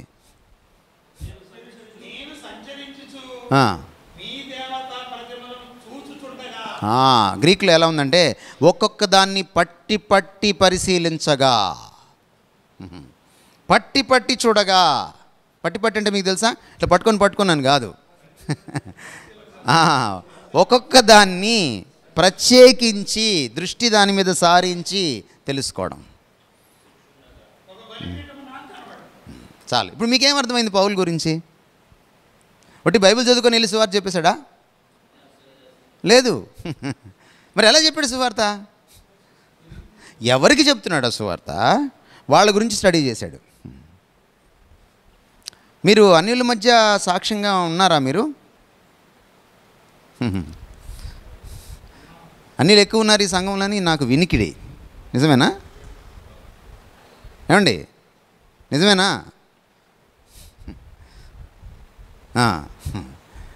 భారతదేశంలో ఎవరు ఎక్కువ ఉన్నారు? క్రైస్తవులా? భారతదేశంలో ఎక్కువ ఉంది. ఏ సర్వే అయినా తీసుకో, క్రైస్తవులు ఎక్కువ లేరు. 10% కూడా దాటరు. మీరు ఏ సర్వేలన్నా తీసుకోండి. 2 కాకపోతే 10% వేసుకోండి. 90% వాళ్ళే కదా. మరి మీరు సువార్త ఎవరికి చెప్తున్నారు? ఎప్పుడైనా దేవాలయంకి వెళ్ళారా స్టడీ చేయడానికి? వాక్యమే చెప్తుందండి బాబు, నేను చెప్పట్లా. ఎప్పుడైనా వాళ్ళ పుస్తకం ఏదైనా చదివారా మీరు స్టడీ చేయడానికి? విలియం కేరీ ఇక్కడికి వచ్చినప్పుడు, భారతదేశానికి వచ్చినప్పుడు, మొట్టమొదటి మిషనరీ, ఆధునిక మిషనరీ, ఆయన ఫస్ట్ ఏం చదివాడు తెలుసా? రామాయణాన్ని, మహాభారతాన్ని చదివాడు. ఫస్ట్ ట్రాన్స్లేట్ చేసింది బైబిల్ కాదు, రామాయణాన్ని ఇంగ్లీష్లోకి, మహాభారతాన్ని ఇంగ్లీష్లోకి, సాంస్క్రిట్ నుంచి ట్రాన్స్లేట్ చేశాడు. ఎందుకు చేశాడో తెలుసా? తర్వాత వచ్చే మిషనరీలకి ఈ దేశం ఏంటో తెలుస్తుందని. ఎందుకంటే ఈ దేశాన్ని అర్థం చేసుకుంటేనే ఈ దేశానికి సువార్త చెప్పగలరు. మనకి ఏం విషయాలు తెలియక బావిలో కప్పలా కూర్చొని అమ్మో అత్తప్పేమో ఇత్తప్పేమో ఇత్తప్పేమో అనుకుంటా కూర్చున్నాం, మడి కట్టుకొని తెల్లబట్టలు వేసుకొని.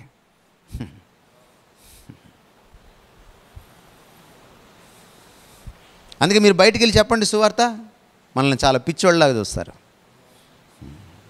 చూస్తారు మనల్ని.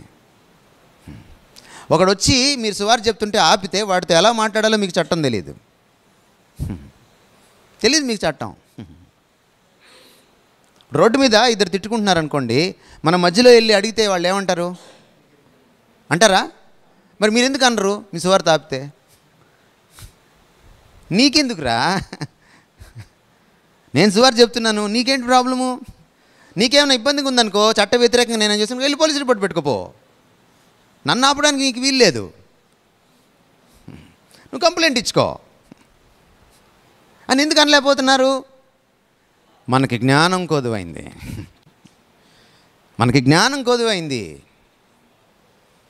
ఎందుకంటే మీకు రాజ్యాంగం తెలీదు, మీకు చట్టాలు తెలీదు. మనకు మహా అంటే ఏం తెలుసు అంటే ఎస్సీ ఎస్టీ అట్రాసిటీస్ యాక్ట్, ఇంకేం తెలియదు మనకి. మన ఒక పాస్టర్ గారిని ఇలాగే ఇబ్బంది పెట్టి కొట్టి చేస్తే కోర్టులో వీళ్ళు ఎస్సీ ఎస్టీ అట్రాసిటీస్ యాక్ట్ వేశారు. వీళ్ళు తెలివి చూడండి. ఎస్సీ యాక్ట్ అనేది క్రైస్తవులకు వర్తించదు, ఎందుకంటే క్రైస్తవులు ఎస్సీలుగా చట్ట ప్రకారం చూస్తే. కోర్టు ఏమంది, ఇది మీకు వర్తించదయ్యా, మీరు వేరే లాయర్ని పెట్టుకోండి అంది.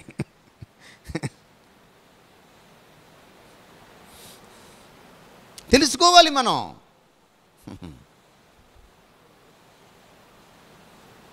సర్టిఫికేట్ మార్చుకోండి అంటే కోపం వస్తుంది మన వాళ్ళకి. నాకు రిజర్వేషను కావాలా, సర్టిఫికెటు కావాలా, లోకంలో అన్నీ కావాలా, మళ్ళీ క్రీస్తు కూడా కావాలా? అది ఎలాగా? మీరు అన్య ప్రపంచంలో మీరు సువార్థికులుగా సాక్షులుగా క్రీస్తు కోసం ఉండాలి అంటే మీరు అన్య ప్రపంచం గురించిన జ్ఞానం మీకు ఉండాలి,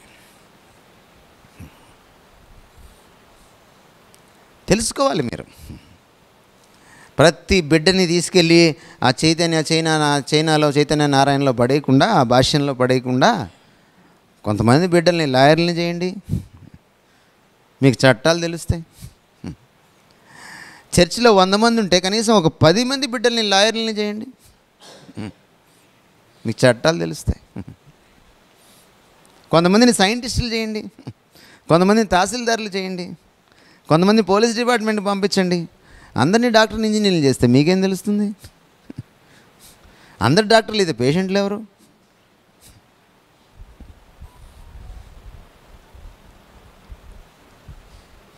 దేవుడు ఏం ఎక్స్పెక్ట్ చేస్తున్నాడంటే మనము జ్ఞానవంతులుగా ఉండాలని ఎక్స్పెక్ట్ చేస్తున్నాడు.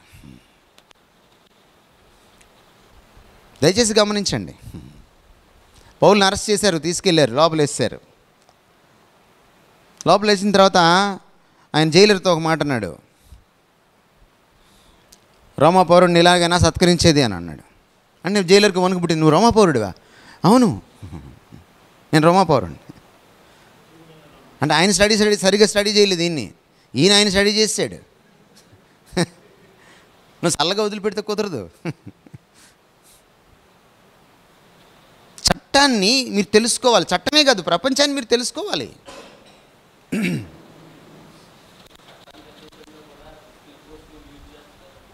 అవునండి, చట్టానికి అతీతంగా యూజ్ చేసినప్పుడు మీరు చట్టబద్ధంగానే పోరాడాలిగా. మళ్ళీ మీరేం చట్టానికి అతీతంగా వెళ్ళలేరుగా. ఇప్పుడు ఒకడు చట్టానికి వ్యతిరేకంగా మీ మీద దాడి చేశాడు అనుకోండి, మీరు దాన్ని ఎట్లా ఎదుర్కొంటారు? చట్టబద్ధంగానే ఎదుర్కోవాలి కదా సార్. అప్పుడైనా మీకు చట్టం తెలియాలి కదా. పోనీ వాడు చట్టానికి వ్యతిరేకంగా చేస్తున్నాడని తెలియడానికైనా చట్టం కావాలి కదా. ఒకటి చట్ట విరుద్ధం అని మీకు ఎప్పుడు తెలుస్తుంది? చట్టం తెలిసినప్పుడే కదా. పోలీసు వాళ్ళు కూడా వచ్చి మీ మీటింగ్ ఆపడానికి వీల్లేదు, చట్టం సరిగా లేకపోతే. జ్ఞానం చాలా ప్రాముఖ్యమైందండి. 2 తిమోతి పత్రిక 4:2.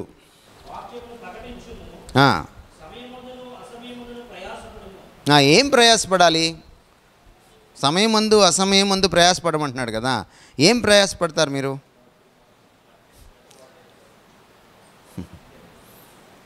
పౌలు ఉద్దేశం ఏంటంటే ప్రిపేర్ అవ్వు అని.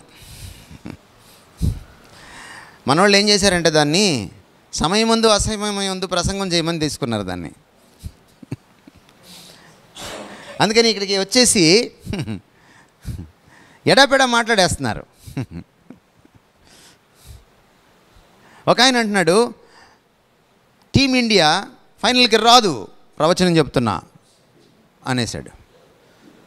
సాయంత్రంకి జనం వచ్చేసారు చర్చి దగ్గరికి. బౌన్సర్లు ఏం చేయలేకపోయారు, ఎందుకంటే క్రికెట్ అభిమానులందరూ వచ్చేసారు.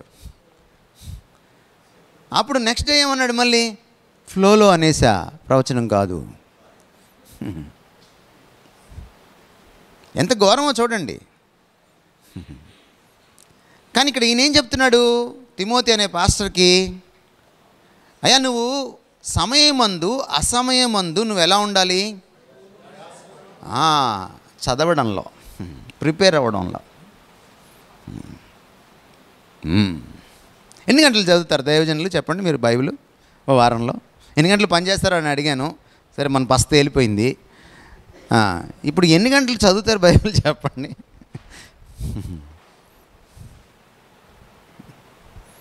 ఏం చేస్తాం సార్ మనం? అసలు భారతీయులు ఏం చేస్తాం ఖాళీ టైంలో?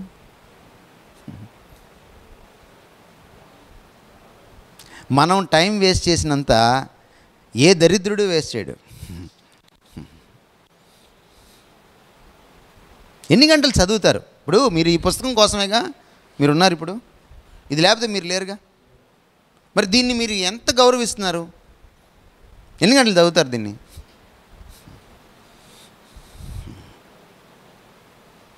ఒక సామాన్య విశ్వాసి రోజుకి అరగంట చదువుకుంటే మీరు ఎన్ని గంటలు చదవాలి?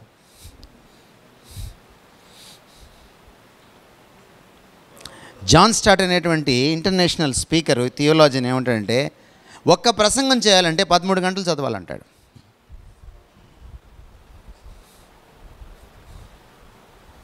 ఆత్మవిమర్శ చేసుకోండి. మీరు చాలా అనుకుంటున్నారు, మా చర్చి వేరు, మేము వేరు, అసలు మా లెక్కే వేరు. ఇప్పుడు చేసుకోండి ఆత్మవిమర్శ.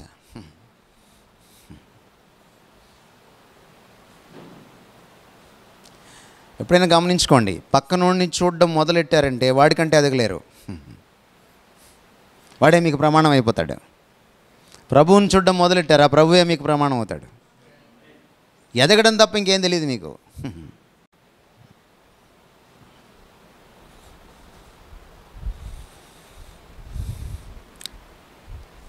ప్రభువుని పౌల్ని చూడండి, వాళ్ళు వాక్యాన్ని వాళ్ళు అవపోసన పట్టిన విధానం. ఆయన 12 ఏళ్ళప్పుడు ఆయన ప్రజ్ఞ చూసి బైబిల్ పండితులు విస్మయం పొందారు. మీ తోటోళ్ళు విస్మయం పొందుతున్నారా మిమ్మల్ని చూసి?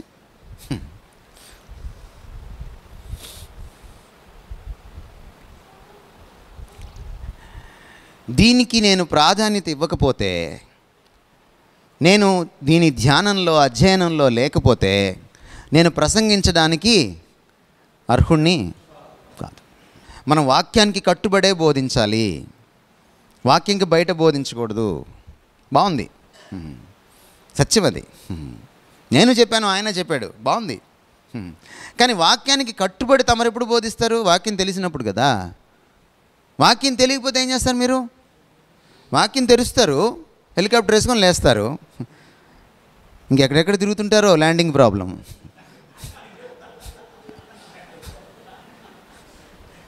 మీరు చూడండి టీవీలో ప్రసంగాలు, వాళ్ళు వాక్యం తెరుస్తారు, వాక్యం చదివిస్తారు, కానీ దానికి వీళ్ళ ప్రసంగానికి సంబంధం ఉంటే ఒట్టు, ఇంకా చక్కర్లు కొడుతూ ఉంటారు, ల్యాండింగ్ ప్రాబ్లం. చివరికి వాళ్ళకి హెలిప్యాడ్ ఎక్కడ దొరుకుద్దంటే ఏ జీపేనో, గూగుల్ పేనో, ఫోన్పేనో అక్కడ ల్యాండ్ అవుతారు, అకౌంట్ నెంబర్ మీద ల్యాండ్ అవుతారు.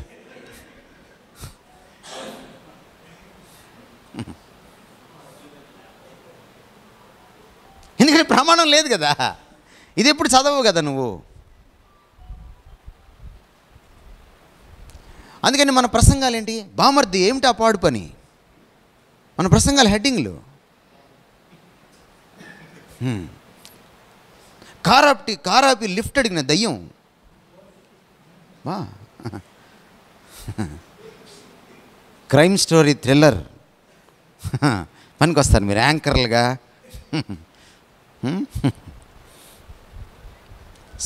పాలసీ ఎలా అవుతుంది? నువ్వేం చేపలు పట్టేవాడివే? మనుషులు పట్టేవాడివే? ఎవరు నువ్వు? ఆయన అంటే ఫిషరీస్ డిపార్ట్మెంట్లో చేస్తున్నారు. ఆయన చెప్పచ్చు ఎప్పుడు ఈ సొలస అనేది పొలస అవుతుందో నువ్వు చెప్పగలరు. ఆయన నువ్వేట చెప్పగలవు?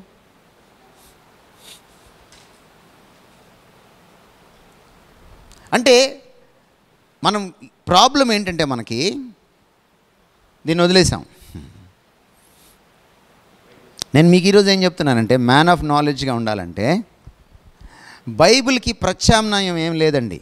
బైబిల్కి బదులుగా ఇంకేం లేదు. ఈ ప్రపంచంలో ఏ పుస్తకం, ఏ న్యూస్ పేపరు, ఏ వక్త ఎవడు లేడిక. అది ఫస్ట్, అది ప్రాధాన్యం.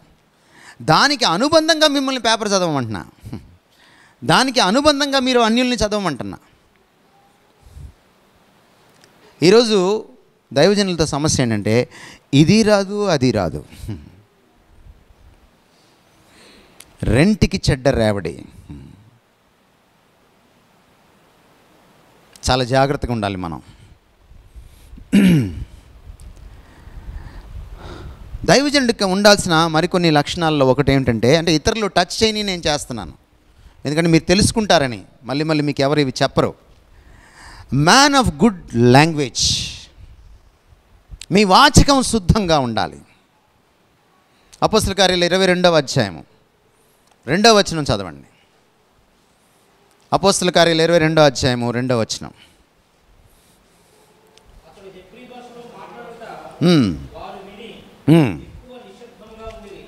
చూడండి, సందర్భం ఏమిటో తెలుసా మీకు? పౌలుని చంపడానికి యూదు సమాజం అంతా కూడా సమావేశమైంది. 100 మంది యూదులు వచ్చేసారు దొమ్మిగా. ఆయన్ని ప్రాణాలు కాపాడడానికి రోమా సైనికులు కష్టపడాల్సి వచ్చింది. అలాంటి పరిస్థితుల్లో పౌలుని చూసి పళ్ళు కొరుకుతున్న పరిస్థితి అది యూదులు. అట్లాంటి పరిస్థితుల్లో తాను మాట్లాడడం మొదలుపెట్టాడు. మాట్లాడితే ఆ టైంలో ఎలా ఉంటుంది? మీరు అప్పుడప్పుడు చూస్తుంటారు తగాదాలు. మాట్లాడితే ఎలా ఉంటుంది? మాట్లాడక ఇంకా మాట్లాడామంటే మూతి మీద కొట్టేస్తానంటారు కదా. అలాంటి పరిస్థితిలో ఈయన మాట్లాడడం మొదలుపెట్టాడు. మరీ ఎక్కువ నిశ్శబ్దంగా విన్నారట. ఏం తీసుకొచ్చింది తేడా? లాంగ్వేజ్. హెబ్రీ భాషలో మాట్లాడనారంభించగా. హెబ్రీ భాష ఆ రోజుల్లో ఎవరు మాట్లాడతారు తెలుసా? పండితులే మాట్లాడతారు. మిగిలిన వాళ్ళు అరమాయి భాషలో మాట్లాడతారు. హెబ్రూ అర్థమవుతుంది వాళ్ళకి, కానీ శుద్ధమైన భాష ఉంటుందే, అది యూదుల్లో ఉన్న చదువుకున్న వాళ్ళే మాట్లాడగలరు. మీ తెలుగు ఎలా ఉంది?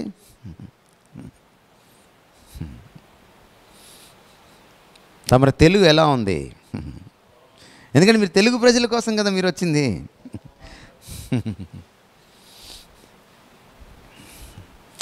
అంటే మీకు తెలుగు భాష ఇక్కడికి రాగానే శుద్ధంగా ఉండాలంటే పాడుకుందాం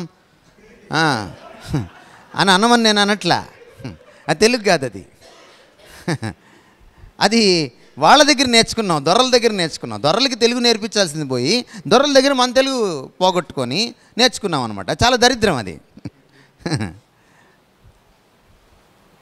కానీ మరొక ఎక్స్ట్రీమ్ ఏంటంటే, ఇదొక విపరీతం అయితే కొంతమంది పాస్టర్లు పరిశుద్ధుడైన ప్రభువు అంటాడు. దానికి దీర్ఘం లేదండి దానికి.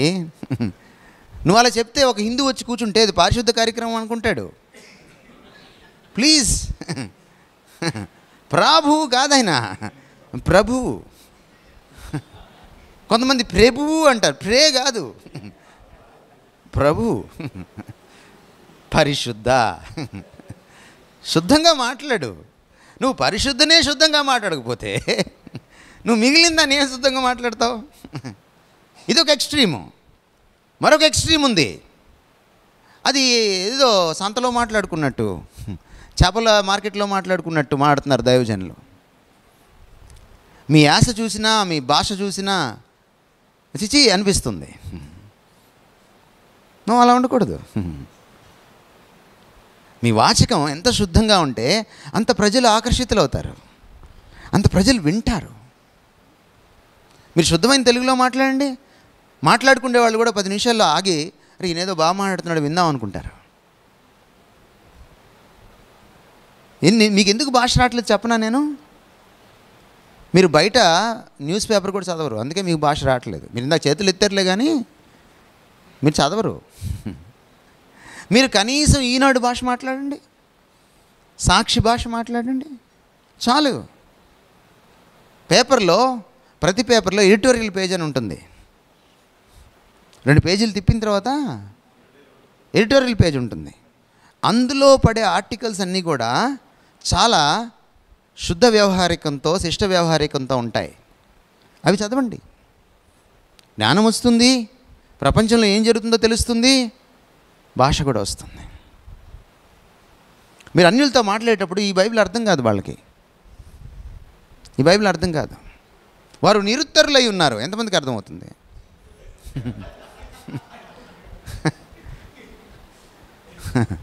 వారు సాకులు చెప్పలేకపోతున్నారు. ఇది వ్యవహారికం. థ్యాంక్ గాడ్ తెలుగు ప్రపంచంలో కూడా మనకి వ్యవహారిక బైబిల్స్ వచ్చాయి, వాడుక భాష బైబిల్స్ వచ్చాయి. పవిత్ర గ్రంథం వ్యాఖ్యానం సైతం ట్రాన్స్ వరల్డ్ రేడియో వాళ్ళది వచ్చింది, ఆరోగ్యమూర్తి గారు ట్రాన్స్లేట్ చేసింది వచ్చింది, బాబ్ క్రో గారు ట్రాన్స్లేట్ చేసింది వచ్చింది. మీ దగ్గర ఉన్నాయా? కాపీస్ ఉన్నాయా? దైవజనులు కదా, ఎంతమంది దగ్గర ఉంది పవిత్ర గ్రంథం వ్యాఖ్యానం సైతం? రోజు అందులో బైబిల్ చదవండి. అందులో బైబిల్ చదివితే మీకు తెలుగు వాళ్ళతో ఎలా మాట్లాడాలో తెలుస్తుంది.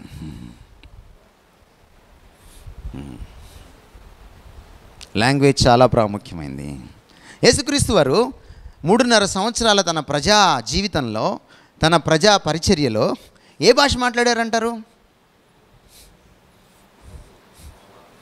అరమాయి భాష మాట్లాడారు. ఎందుకని? పామరులంతా అరమాయి భాష మాట్లాడతారు.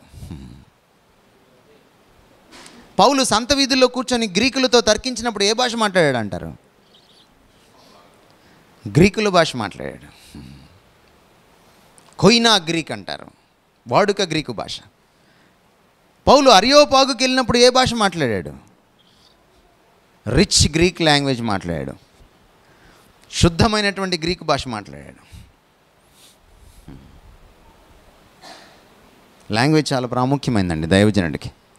ఎందుకంటే మీరు సువార్త చెప్పాలన్నా, మీరు ఒక వాక్య పరిచర్య చేయాలన్నా మీకేం కావాలి? వాచకం కావాలి. కాల్గేట్ పెట్స్తో కడుక్కొని వచ్చేస్తే సరిపోదు. మీరు జ్ఞానంతో కడుక్కోవాలి మీ నోటిని. మీ ఉచ్చారణ పద్ధతిగా ఉండాలి. ఉచ్చారణ బట్టి అవతల వాళ్ళు మనల్ని ఎలా చూస్తారనేది ఆధారపడి ఉంటుంది. భారతదేశంలో నా సేవ పరిమితమైంది అని దేవుడు నాకు చెప్పిన తర్వాత 92లో, ఇది 2022 కదా, మొన్న మేకి 30 సంవత్సరాలు నేను పరిచర్యకు వచ్చి, ఈ 30 సంవత్సరాల్లో నేను తెలుగుని, సంస్కృతాన్ని, హిందీని చదువుతూనే ఉన్నాను. ఎందుకు? చదవడమే కాదు, భాషాశాస్త్ర న్యాయాల్లోకి వెళ్ళి లింగ్విస్టిక్స్ కూడా చదువుతున్నాను. ఎందుకు? అందుకనే నేను హైందవ పండితులతో కూర్చొని మాట్లాడగలిగాను. మనం అలా లేకపోతే మనం వాళ్ళకి చెప్పలేం, విలువ ఉండదు మనకి.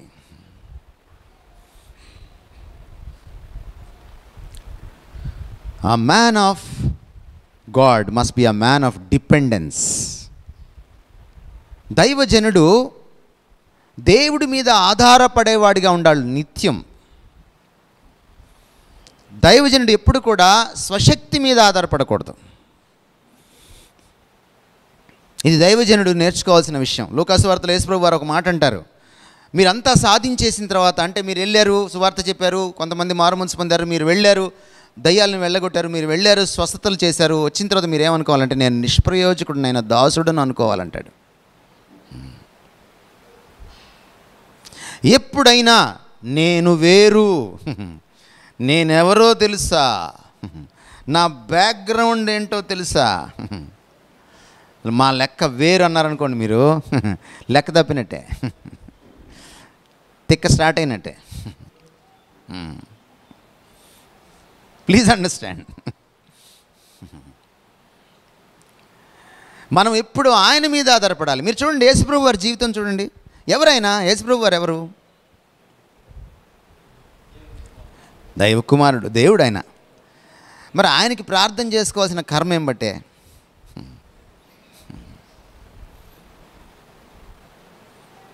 హెబ్రీ గ్రంథకర్త రాస్తూ ఆయన కుమారుడై ఉండి,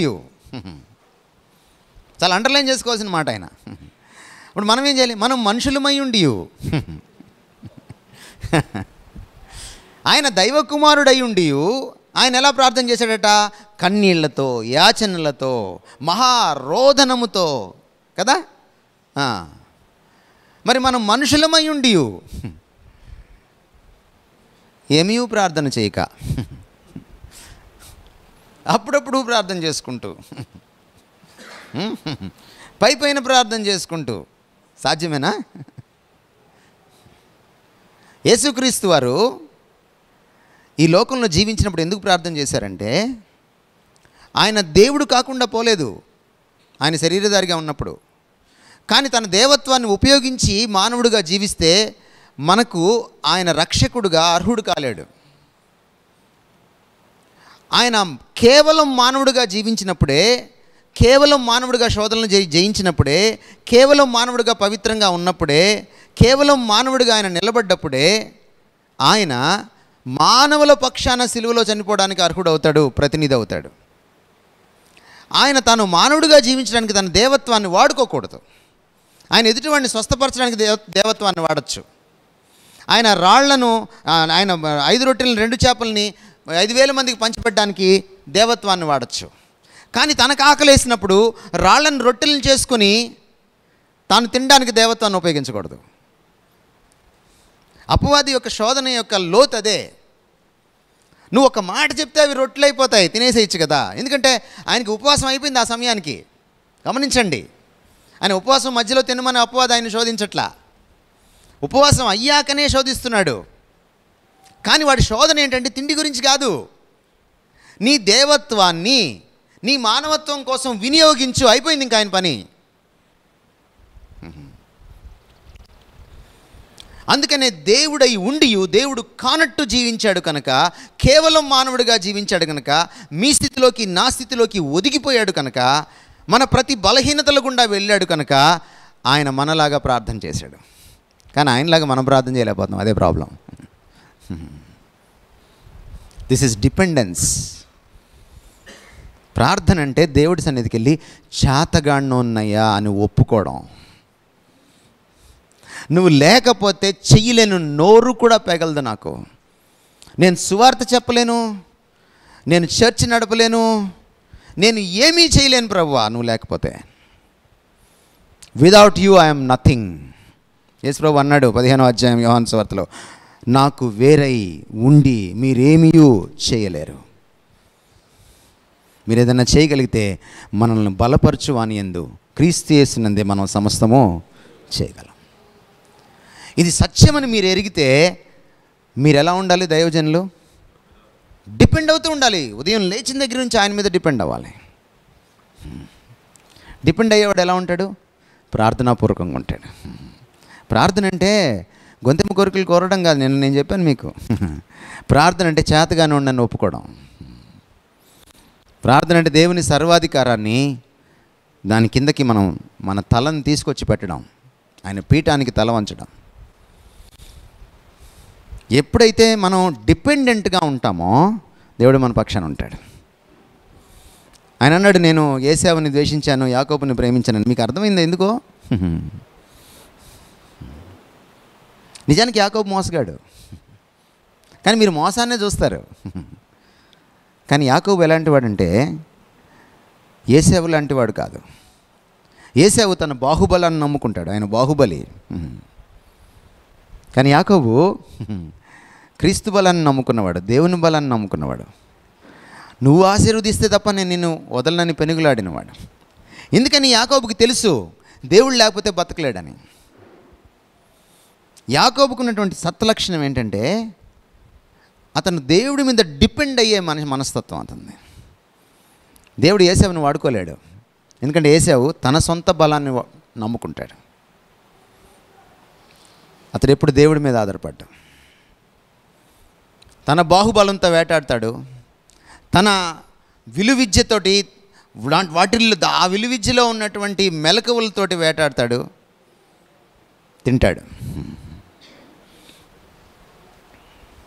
సో గమనించండి, దైవజనులు ఎప్పుడు కూడా దేవుడి మీద నిత్యము ఆధారపడేవారిగా ఉండాలి. దాని అర్థం మరో కోణంలోంచి చూస్తే మనం డబ్బు మీద ఆధారపడకూడదు, మనం మనుషుల మీద ఆధారపడకూడదు, మనం ఇతరుల పలుకుబడుల మీద ఆధారపడకూడదు, మనం ప్రభువు మీద ఆధారపడాలి. దైవజనుడు, man of God must be a man of convictions. Conviction అంటే అర్థం ఏంటంటేనండి, ఒక దానికి కట్టుబడి ఉండే తత్వం. మనం ఏ సిద్ధాంతాన్ని నమ్ముతామో దానికి కట్టుబడి ఉండే తత్వాన్ని కన్విక్షన్ అంటాం. ఇంగ్లీష్లో ఒక మంచి మాట ఉంది, faith is that which you hold to, but conviction is that which holds you. విశ్వాసం అంటే నువ్వు పట్టుకునేది విశ్వాసం, నిన్ను పట్టి ఉంచేది కన్విక్షన్. తెలుగులో మీరు ఆదర్శం అనుకోవచ్చు. పౌలుకి పేతురుకి ఒక దగ్గర గొడవ వచ్చింది, మీకు గుర్తుందా? గలతీ పత్రికలో. ఏమండి, ఒకసారి చదువుదామా గలతీ పత్రికలోకి వెళ్ళి. అయితే కేఫా అంతియోకియకు వచ్చినప్పుడు, చదవండి బ్రదర్.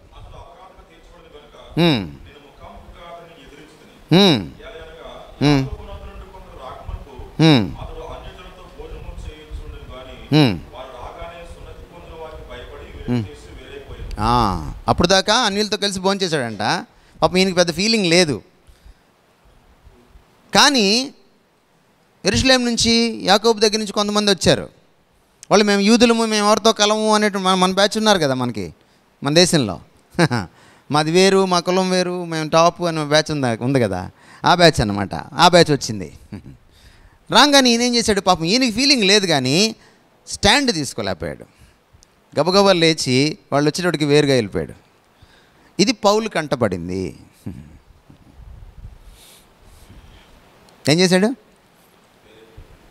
ఈయనకంటే చాలా పెద్దోడు పేతురు, ఈయనకంటే అనుభవజ్ఞుడు, అపోస్తలులకు నాయకుడు, ప్రపంచంలోని మొట్టమొదటి పాస్టరు, మొదటి కాపరి, యేసుప్రభు నియమించినవాడు. డైరెక్ట్గా ఏమన్నాడు? ఆయన్ని ఎదిరించాడు. నేను ఎదిరించాను. అదే కన్విక్షన్ అంటే. మీ చర్చిలో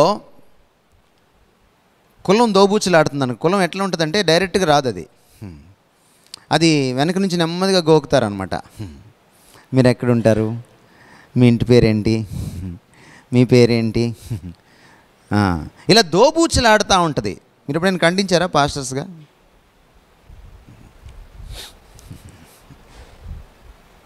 నాకు లేదన్నా అంటారేమో, నీకెక్కడో లోపల అట్టడుగులో ఉండుంటుంది. అది దోబూచులాడుతున్నప్పుడు మీకు హాయిగా ఉంటుంది. ఖండించారా? మీరు పెళ్ళిళ్ళలో ఇన్వాల్వ్ అవుతుంటారు, నిశ్చితార్థాల్లో ఇన్వాల్వ్ అవుతుంటారు. అక్కడ ఇలాంటివి చాలా కట్నాలు, కానుకలు, అన్య సాంప్రదాయాలు, విగ్రహార్పితమైనవి చాలా, విగ్రహం లేకుండానే దోబూచులాడుతూ ఉంటాయి. ఒక ఒక్క తగ్గకూడదు, ఒక జాకెట్ పీస్ తగ్గకూడదు, ఒక తమలపాకు తగ్గకూడదు. ఎప్పుడైనా ఖండించారా?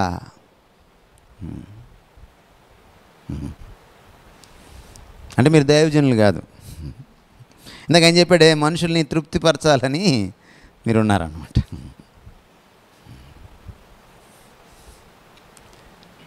తెగిపోయినా సరే సత్యం కోసం నిలబడడం కన్విక్షన్ అంటే.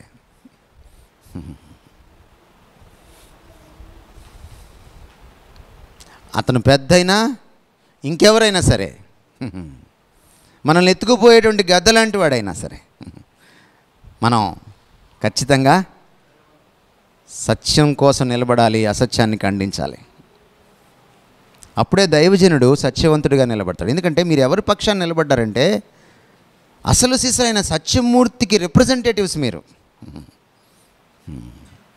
మీరు నేనే సత్యము, నేను కూడా సత్యం అనలేదు ఆయన, నేనే సత్యం అని చెప్పుకున్న వాడికి మీరు ప్రతినిధులండి. మీరు సత్యం కోసం నిలబడకపోతే ఇంకా మీరేంటి? సంఘం గురించి తిమోతి పత్రికలో ఏం రాశాడు పౌలు? సత్యస్తంభం అన్నాడు.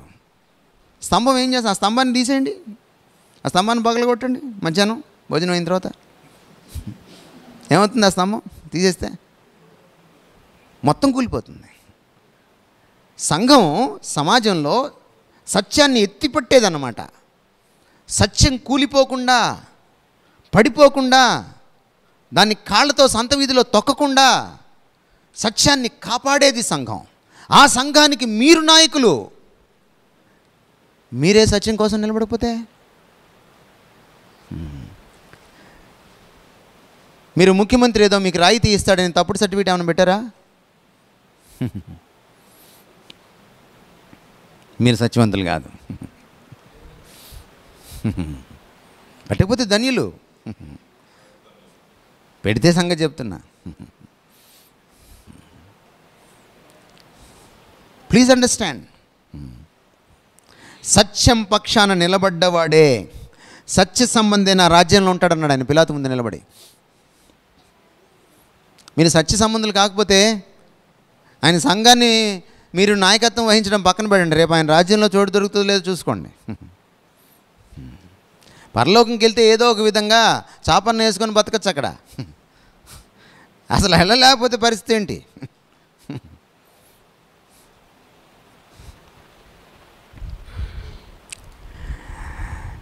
A man of God must be a man of accountability. అతను జవాబుదారీగా ఉంటాడు. హెబ్రీ పత్రిక 13:17. Yes brother. ఎవరైతే నాయకుడిగా ఉన్నవారు వాళ్ళు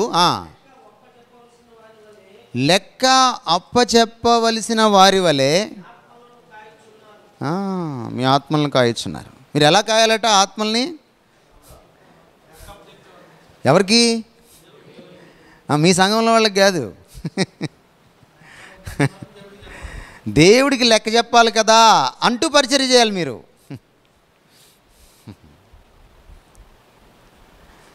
ప్రతి విశ్వాసి లెక్క చెప్పాలి, కానీ మనం ఎక్కువ లెక్క చెప్పాలి. వాళ్ళని ముక్కు పిండుతాడు, మనల్ని చెవు పిండుతాడు, కానీ మనల్ని ఎక్కువ పిండుతాడు. మనకి ట్విస్ట్ ఎక్కువ ఉంటుంది. ఎక్కువ తెలిసిన వాడికి ఎక్కువ దెబ్బలు అన్నాడు ప్రభు. చదవలేదా మీరు సువార్తల్లో? సువార్తలు చదివి ఉంటారులే, వేరే వాళ్ళ కోసం కదా.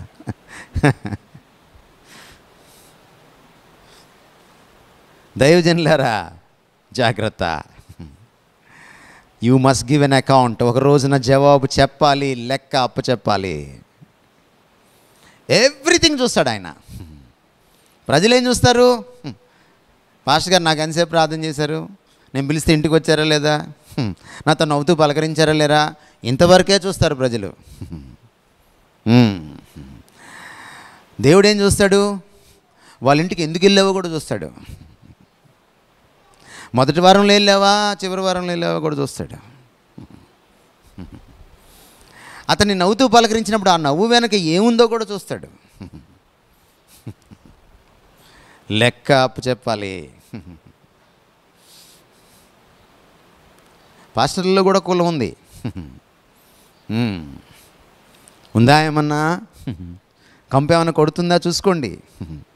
అప్పుడప్పుడు ఇంట్లో వాసన వస్తుంటుంది, మనకు తెలియదు ఎక్కడ అని మొత్తం ఎతికేస్తూ ఉంటాం. ఎక్కడో బలి చచ్చి ఉంటుంది. కులం కూడా అలాంటిదే. ఎక్కడ చచ్చిందో చూడండి, తీసేయండి, వెతకండి.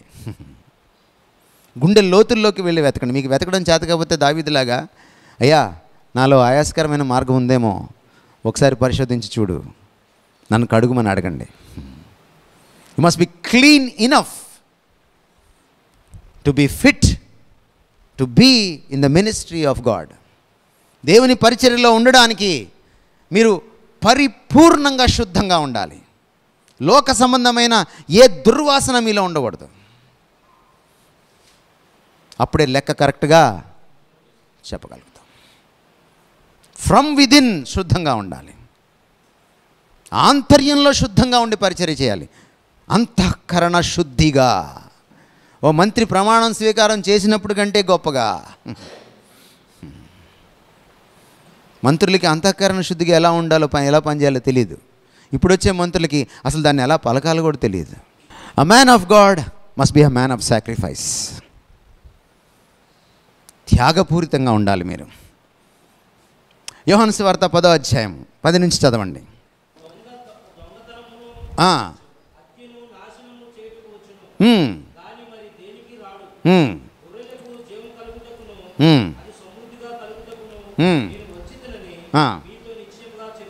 ఇంకా నేను గొర్రెలకు మంచి కాపరిని. 11వ వచనమా? మంచి కాపరి గొర్రెల కొరకు. ఎవరి కొరకు? గొర్రెల కొరకు. నీ అల్లుడి కోసం, నీ కోడల కోసం, నీ భార్య కోసం, నీ కూతురు కోసం కాదు. నువ్వు ఎవరి మీద కాపరిగా ఉన్నావో వారి కొరకు. ప్రాణం కూడా ఇవ్వాలంటే ఇంకేమేమి ఇవ్వాలి? ఇంకేమేమి ఇవ్వాలి? ఏమైనా ఇవ్వాలి. ఇవ్వడానికి సిద్ధంగా ఉండాలి. ప్రాణం పెట్టేవాడిగా ఉండాలి, కానీ గొర్రెలు ప్రాణం తోడేసేవాడిగా ఉండకూడదు. అందుకనే కాపరులు గొర్రెల దగ్గర నుంచి ఆశించకూడదు. మీరు ఆశిస్తే గీసిస్తే ఎవరిని అడగాలి? ప్రభుని అడుక్కోవాలి. అంతే. ఆయన ఎవరో ఒకరిని ప్రేరేపిస్తాడు, తెప్పిస్తాడు, అంతే. నువ్వేం చేయాలి? ఎవరి దగ్గర ఆశించకూడదు. 30 సంవత్సరాల్లో ఈరోజు మీకు సాక్ష్యంగా చెప్తున్నాను. నేను సాధారణంగా ఎవరి ఇంటికి వెళ్ళి అక్కడ భోంచేసి ప్రార్థన చేసి రాను. దానికి ఒక కారణం ఉంది. భారతదేశంలో ఒక మూఢనమ్మకం ఉంది, మనం వెళ్ళి భోంచేసి ప్రార్థన చేసి వస్తే వాళ్ళకి ఆశీర్వాదం వస్తుందని. అది అబద్ధం. అట్లా ఎక్కడ బైబిల్లో చెప్పలేదు. అది దైవజనులు సృష్టించారు. ఎందుకంటే వాడు కరిపేవాడికి దేవుడు కాబట్టి. వీళ్ళు ఏం చేస్తారు? ఇంటికి వెళ్ళేటప్పుడు వీళ్ళు చూసుకుంటారన్నమాట ఫోన్లోనే ముందు. వాళ్ళు పాపం చాలా మంచివాళ్ళు, మీరు ఏమేమి తింటారు అని అడుగుతారు వాళ్ళు. వీళ్ళు ఏదైనా తింటారు. అందులో గోదావరికి వస్తే బల మీద అన్ని జంతువులు ఉంటాయి.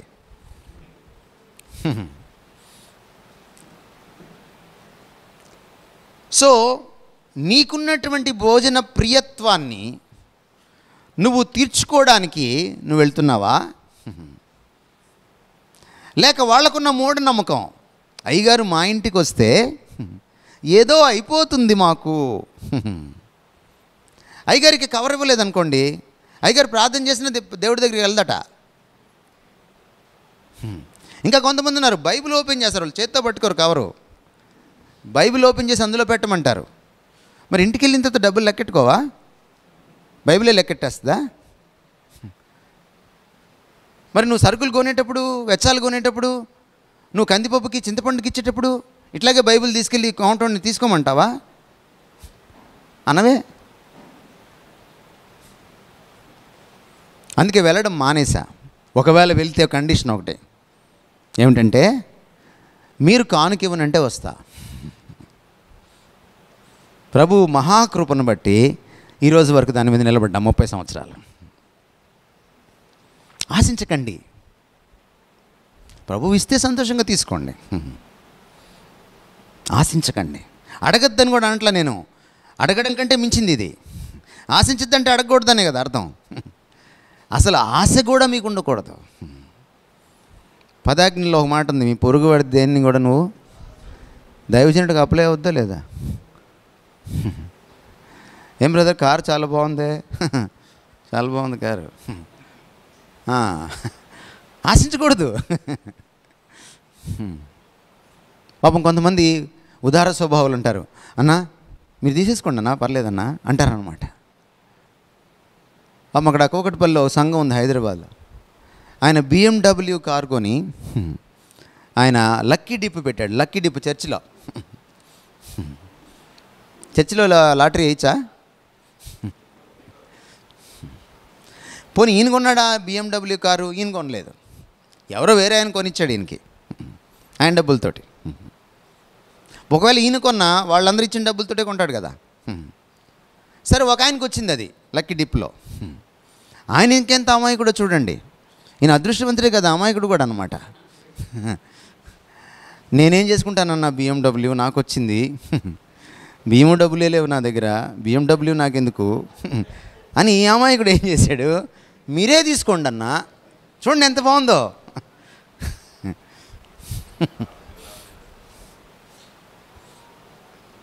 అనగానే ఆయన తీసేసుకోవడం.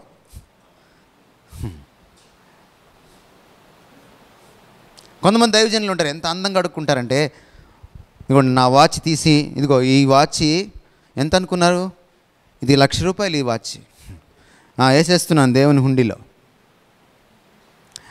అంటే వాళ్ళందరూ ఒలి చేసేసేయాలన్నమాట.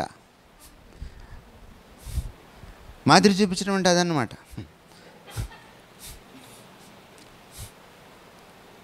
తర్వాత మళ్ళీ డబ్బులు లెక్క పెట్టేప్పుడు ఈ వాచ్ ఆయన దగ్గరికి వెళ్ళిపోతుంది.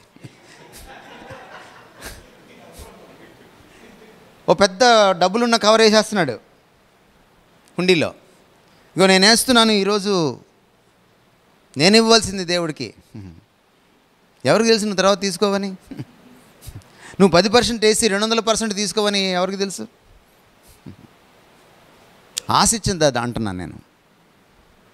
మీరు ఆశిస్తే ఏమైనా ప్రభు దగ్గర నుంచి ఆశించండి, అంతే. మీరు త్యాగం చేసే స్థాయికి ఎదగాలి. ఎస్, మనం 10వ వచనంలో లాగా దొంగలం కాకపోవచ్చు, దొంగతనం చేయకపోవచ్చు మనం, కానీ మనం త్యాగం చేసే స్థాయికి ఎదిగామా?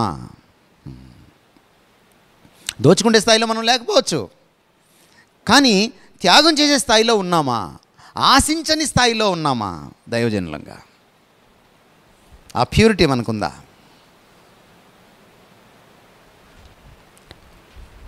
మనం ముగించుకుందాం.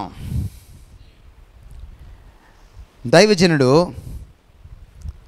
Man of God must be a man of humility. దైవజనుడికి ఉండవలసినటువంటి ఒక ఆభరణం ఏమిటంటే, ఒక అలంకారం ఏమిటంటే వినమ్రత. మీ ముఖంలో, మీ శరీర భాషలో, మీరు కూర్చుండే తీరులో కూడా మీ వినమ్రత తెలిసిపోద్దండి. మీరు ఒప్పుకోండి ఒప్పుకోకపోండి, ఇది సత్యం. మీరు ఇక్కడ ప్రసంగం వింటుంటారు కదా, మేము లెక్చరర్స్, నా క్లాసులో 120 మంది కూర్చుంటారు. ప్రతి ఒక్కడి ఫేస్ చదువుతాం మేము. నేను పాస్టర్ని కాదు, నేను టీచర్ని. పాస్టర్ని మీరు మోసం చేయొచ్చు, టీచర్ని చేయలేరు.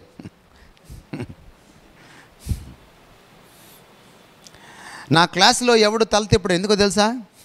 ఇటు అమ్మాయిలు కూర్చుంటారు, ఇటు అబ్బాయిలు కూర్చుంటారు. తల తిప్పడంటే ప్రశ్న వేస్తాను, వాడు ప్రశ్న జవాబు చెప్పలేకపోయింటే ఈ అమ్మాయి ముందు వాడు పరుగు పోద్ది. నేనేమన్నవాడిని, తల తిప్పాడా పక్కకి, లేరా ఈ ప్రశ్నకి జవాబు చెప్పంటాను.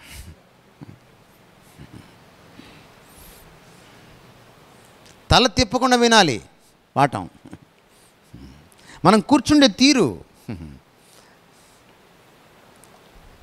చెప్పేస్తుంది మనం ఎంత వినమ్రులమో. కొన్నిసార్లు నటిస్తాం మనం. ఒక కుర్రాడికి ఎంత చెప్పినా వినట్లేదంట క్లాస్లో, ఎలిమెంటరీ స్కూల్లో.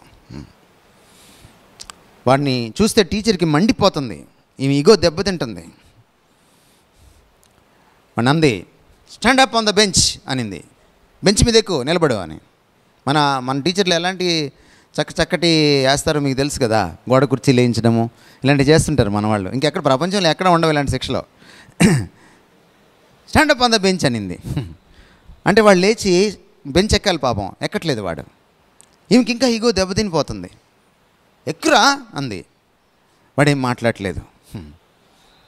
ఇవిడెళ్ళి వాడిని గట్టిగా వాడిని ఎత్తి ఆ బెంచ్ మీద కుదేసింది. వదిలేసిన తర్వాత వాడు ఇంకా నవ్వుతూనే ఉన్నాడు. ఈమెకింకా మండిపోయింది. ఏమి రా,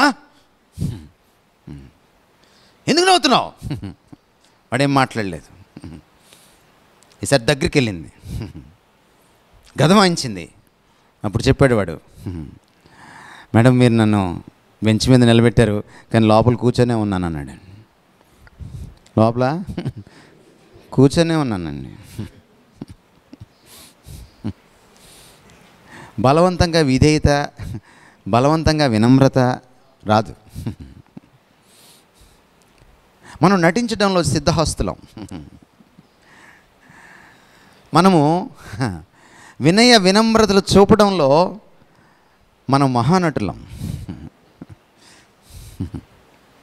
కానీ దేవుడు ఏం చూస్తాడు? ఇది చూస్తాడు. దైవజనుడికి అతని ఈగో సిలువలో చచ్చిపోవాలి. సిలువలో చచ్చిపోవాలి.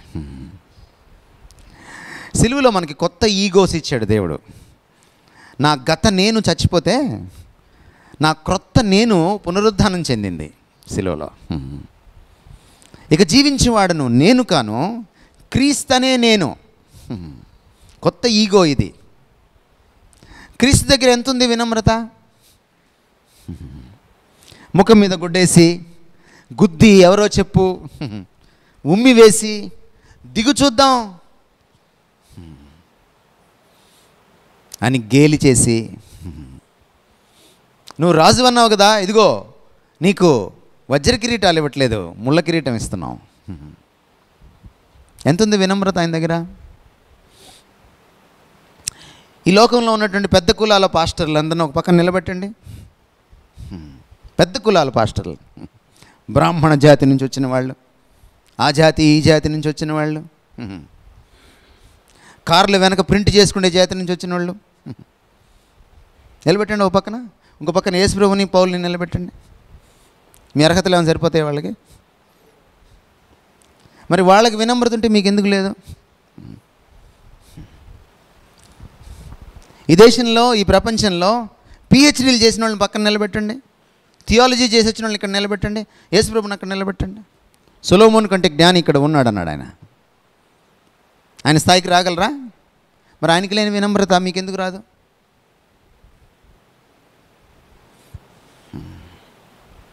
కొన్నిసార్లు మనం మర్యాద కోసం నవ్వుతూ, ప్లాస్టిక్ నవ్వులు నవ్వుతూ, నవ్వు పులుముకొని ముఖం మీద నవ్వుతుంటాం, మనం పలకరిస్తుంటాం. కానీ లోపల ఎవరు నువ్వు? ఇక్కడ తల వంచేవాడివా? కొన్నిసార్లు నువ్వు వినమ్రుడు అయినప్పుడు సమస్య వస్తుంది నీకు. అవతల వాళ్ళు నేను తక్కువగా చూస్తారు. చూస్తే చూడండి. ఆ శుక్రవారం నాడు యేసుప్రభుని తక్కువగా చూశారు. చూడలేదా? చూశారు. కానీ ఆదివారం ఉంటుందని వాళ్ళకి తెలియదు. నీ జీవితంలో కూడా ఒక ఆదివారం వస్తుంది. దేవుడు నిన్ను మరణం నుంచి లేపి నిలబెట్టి చూపిస్తాడు నువ్వేంటో. కానీ నిన్ను నువ్వు చూపించుకోకు. కొంతకాలం అపార్థం చేసుకొని నువ్వు తగ్గినప్పుడు, కొంతకాలం తక్కువగా చూడని నిన్ను, పోతే పోయింది, ఏమవుతుంది పోతే. దేవుడే తనని తక్కువగా చూసినప్పుడు 33.5 సంవత్సరాలు భరిస్తే ఇక్కడ నీకేంటి భరించడానికి? గమనించండి, మీరెంత వినమ్రులు అవుతారో దేవుడు మీకు అంత దగ్గర అవుతాడు. మీరెంత అహంకారులు అవుతారో దేవుడు మీకు అంత దూరం అవుతాడు. అహంకారులకి మొదటి శత్రువు దేవుడు, వినమ్రులకి మొదటి మిత్రుడు దేవుడు.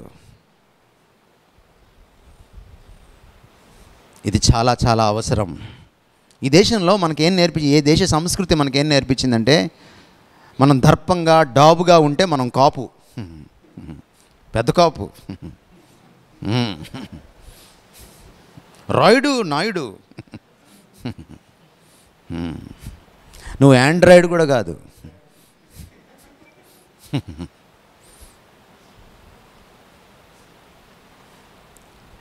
చుట్టూ 10 మంది మనతో ఉంటే మనం టాపు. ఎందుకు బౌన్సర్లు పెట్టుకుంటున్నారు? క్రైస్తవ పాస్టర్లు, ప్రీచర్లు బౌన్సర్లు చుట్టూ ఎందుకు పెట్టుకుంటున్నారు? కారణం ఏంటంటే నాకంత లేదయ్యా, వీళ్ళుంటేనే నువ్వు నన్ను గౌరవిస్తావు. అప్పుడప్పుడు అడ్వర్టైజ్మెంట్ వస్తూ ఉంటుంది. వీడు గబగబా పక్కింట్లోంచి వస్తాడు. వీడి దగ్గర ఏమో చిన్న స్కూటీ ఉంటుంది, వాడి దగ్గర ఏమో పెద్ద పల్సర్ బైక్ ఉంటుంది, అమ్మాయి ఏమో వాడి బైక్ ఎక్కేస్తుంది. పాపం వీడు కూడా పల్సర్ బైక్ కొనుక్కోవాలనుకుంటాడు పిచ్చివాడు. ఆమె మనిషిని చూసి ఎక్కలేదు బైకు, బైక్ని చూసి ఎక్కిందామా. బైక్ తీసేస్తే మళ్ళీ వాడికి విడాకులే.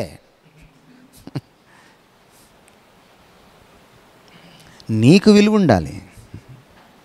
నీ చుట్టూ ఎవరున్నారు, నువ్వు ఎక్కడి నుంచి వచ్చావు, నువ్వేం బట్టలు వేసుకున్నావు, నీ బట్టలు తీసి పక్కన పెట్టిన తర్వాత కూడా, నీ ఆస్తి తీసి పక్కన పెట్టిన తర్వాత కూడా, నీ కారు తీసి పక్కన పెట్టిన తర్వాత కూడా, నీ హోదా తీసి పక్కన పెట్టిన తర్వాత కూడా ప్రజలు లేచి నిలబడి నీకు సెల్యూట్ చేస్తే అప్పుడు నువ్వు గొప్పోడివి.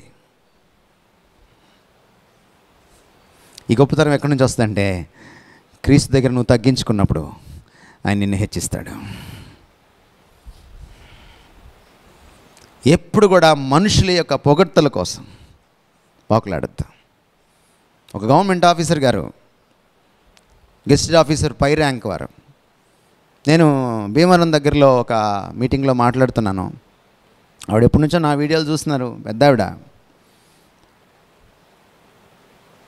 వచ్చేసి అక్కడ నిలబడ్డారు ఒక ఆవిడ. నేను మీటింగ్ అయిపోగానే నేను కిందకి దిగేలోపే ఆవిడ గబగబా వచ్చేసారు. పక్కన ఆమె పక్కన వందిమాగతులు నిలబడి ఉన్నారు, ఆఫీసర్ గారు ఆవిడ. వాళ్ళు పాపం చాలా భారంతో నిలబడ్డారు. ఏంటంటే గజమాల ఉంది వాళ్ళ చేతిలో. గజమాల వేయడానికి వచ్చింది ఆవిడ. మాలే వేసుకోను, గజమాల ఎందుకు వేసుకుంటాను? ఆవిడ ఆ రోజు చాలా హర్ట్ అయ్యారు. కానీ అది నా వ్యక్తిత్వానికి విరుద్ధం. ఆవిడకి దండం పెట్టి చెప్పాను నేను, అమ్మ మీరేమనుకోవద్దు, మిమ్మల్ని బాధ పెట్టడం కంటే నా ప్రభువుని బాధ పెట్టకుండా ఉండడము నాకు చాలా ప్రాముఖ్యం.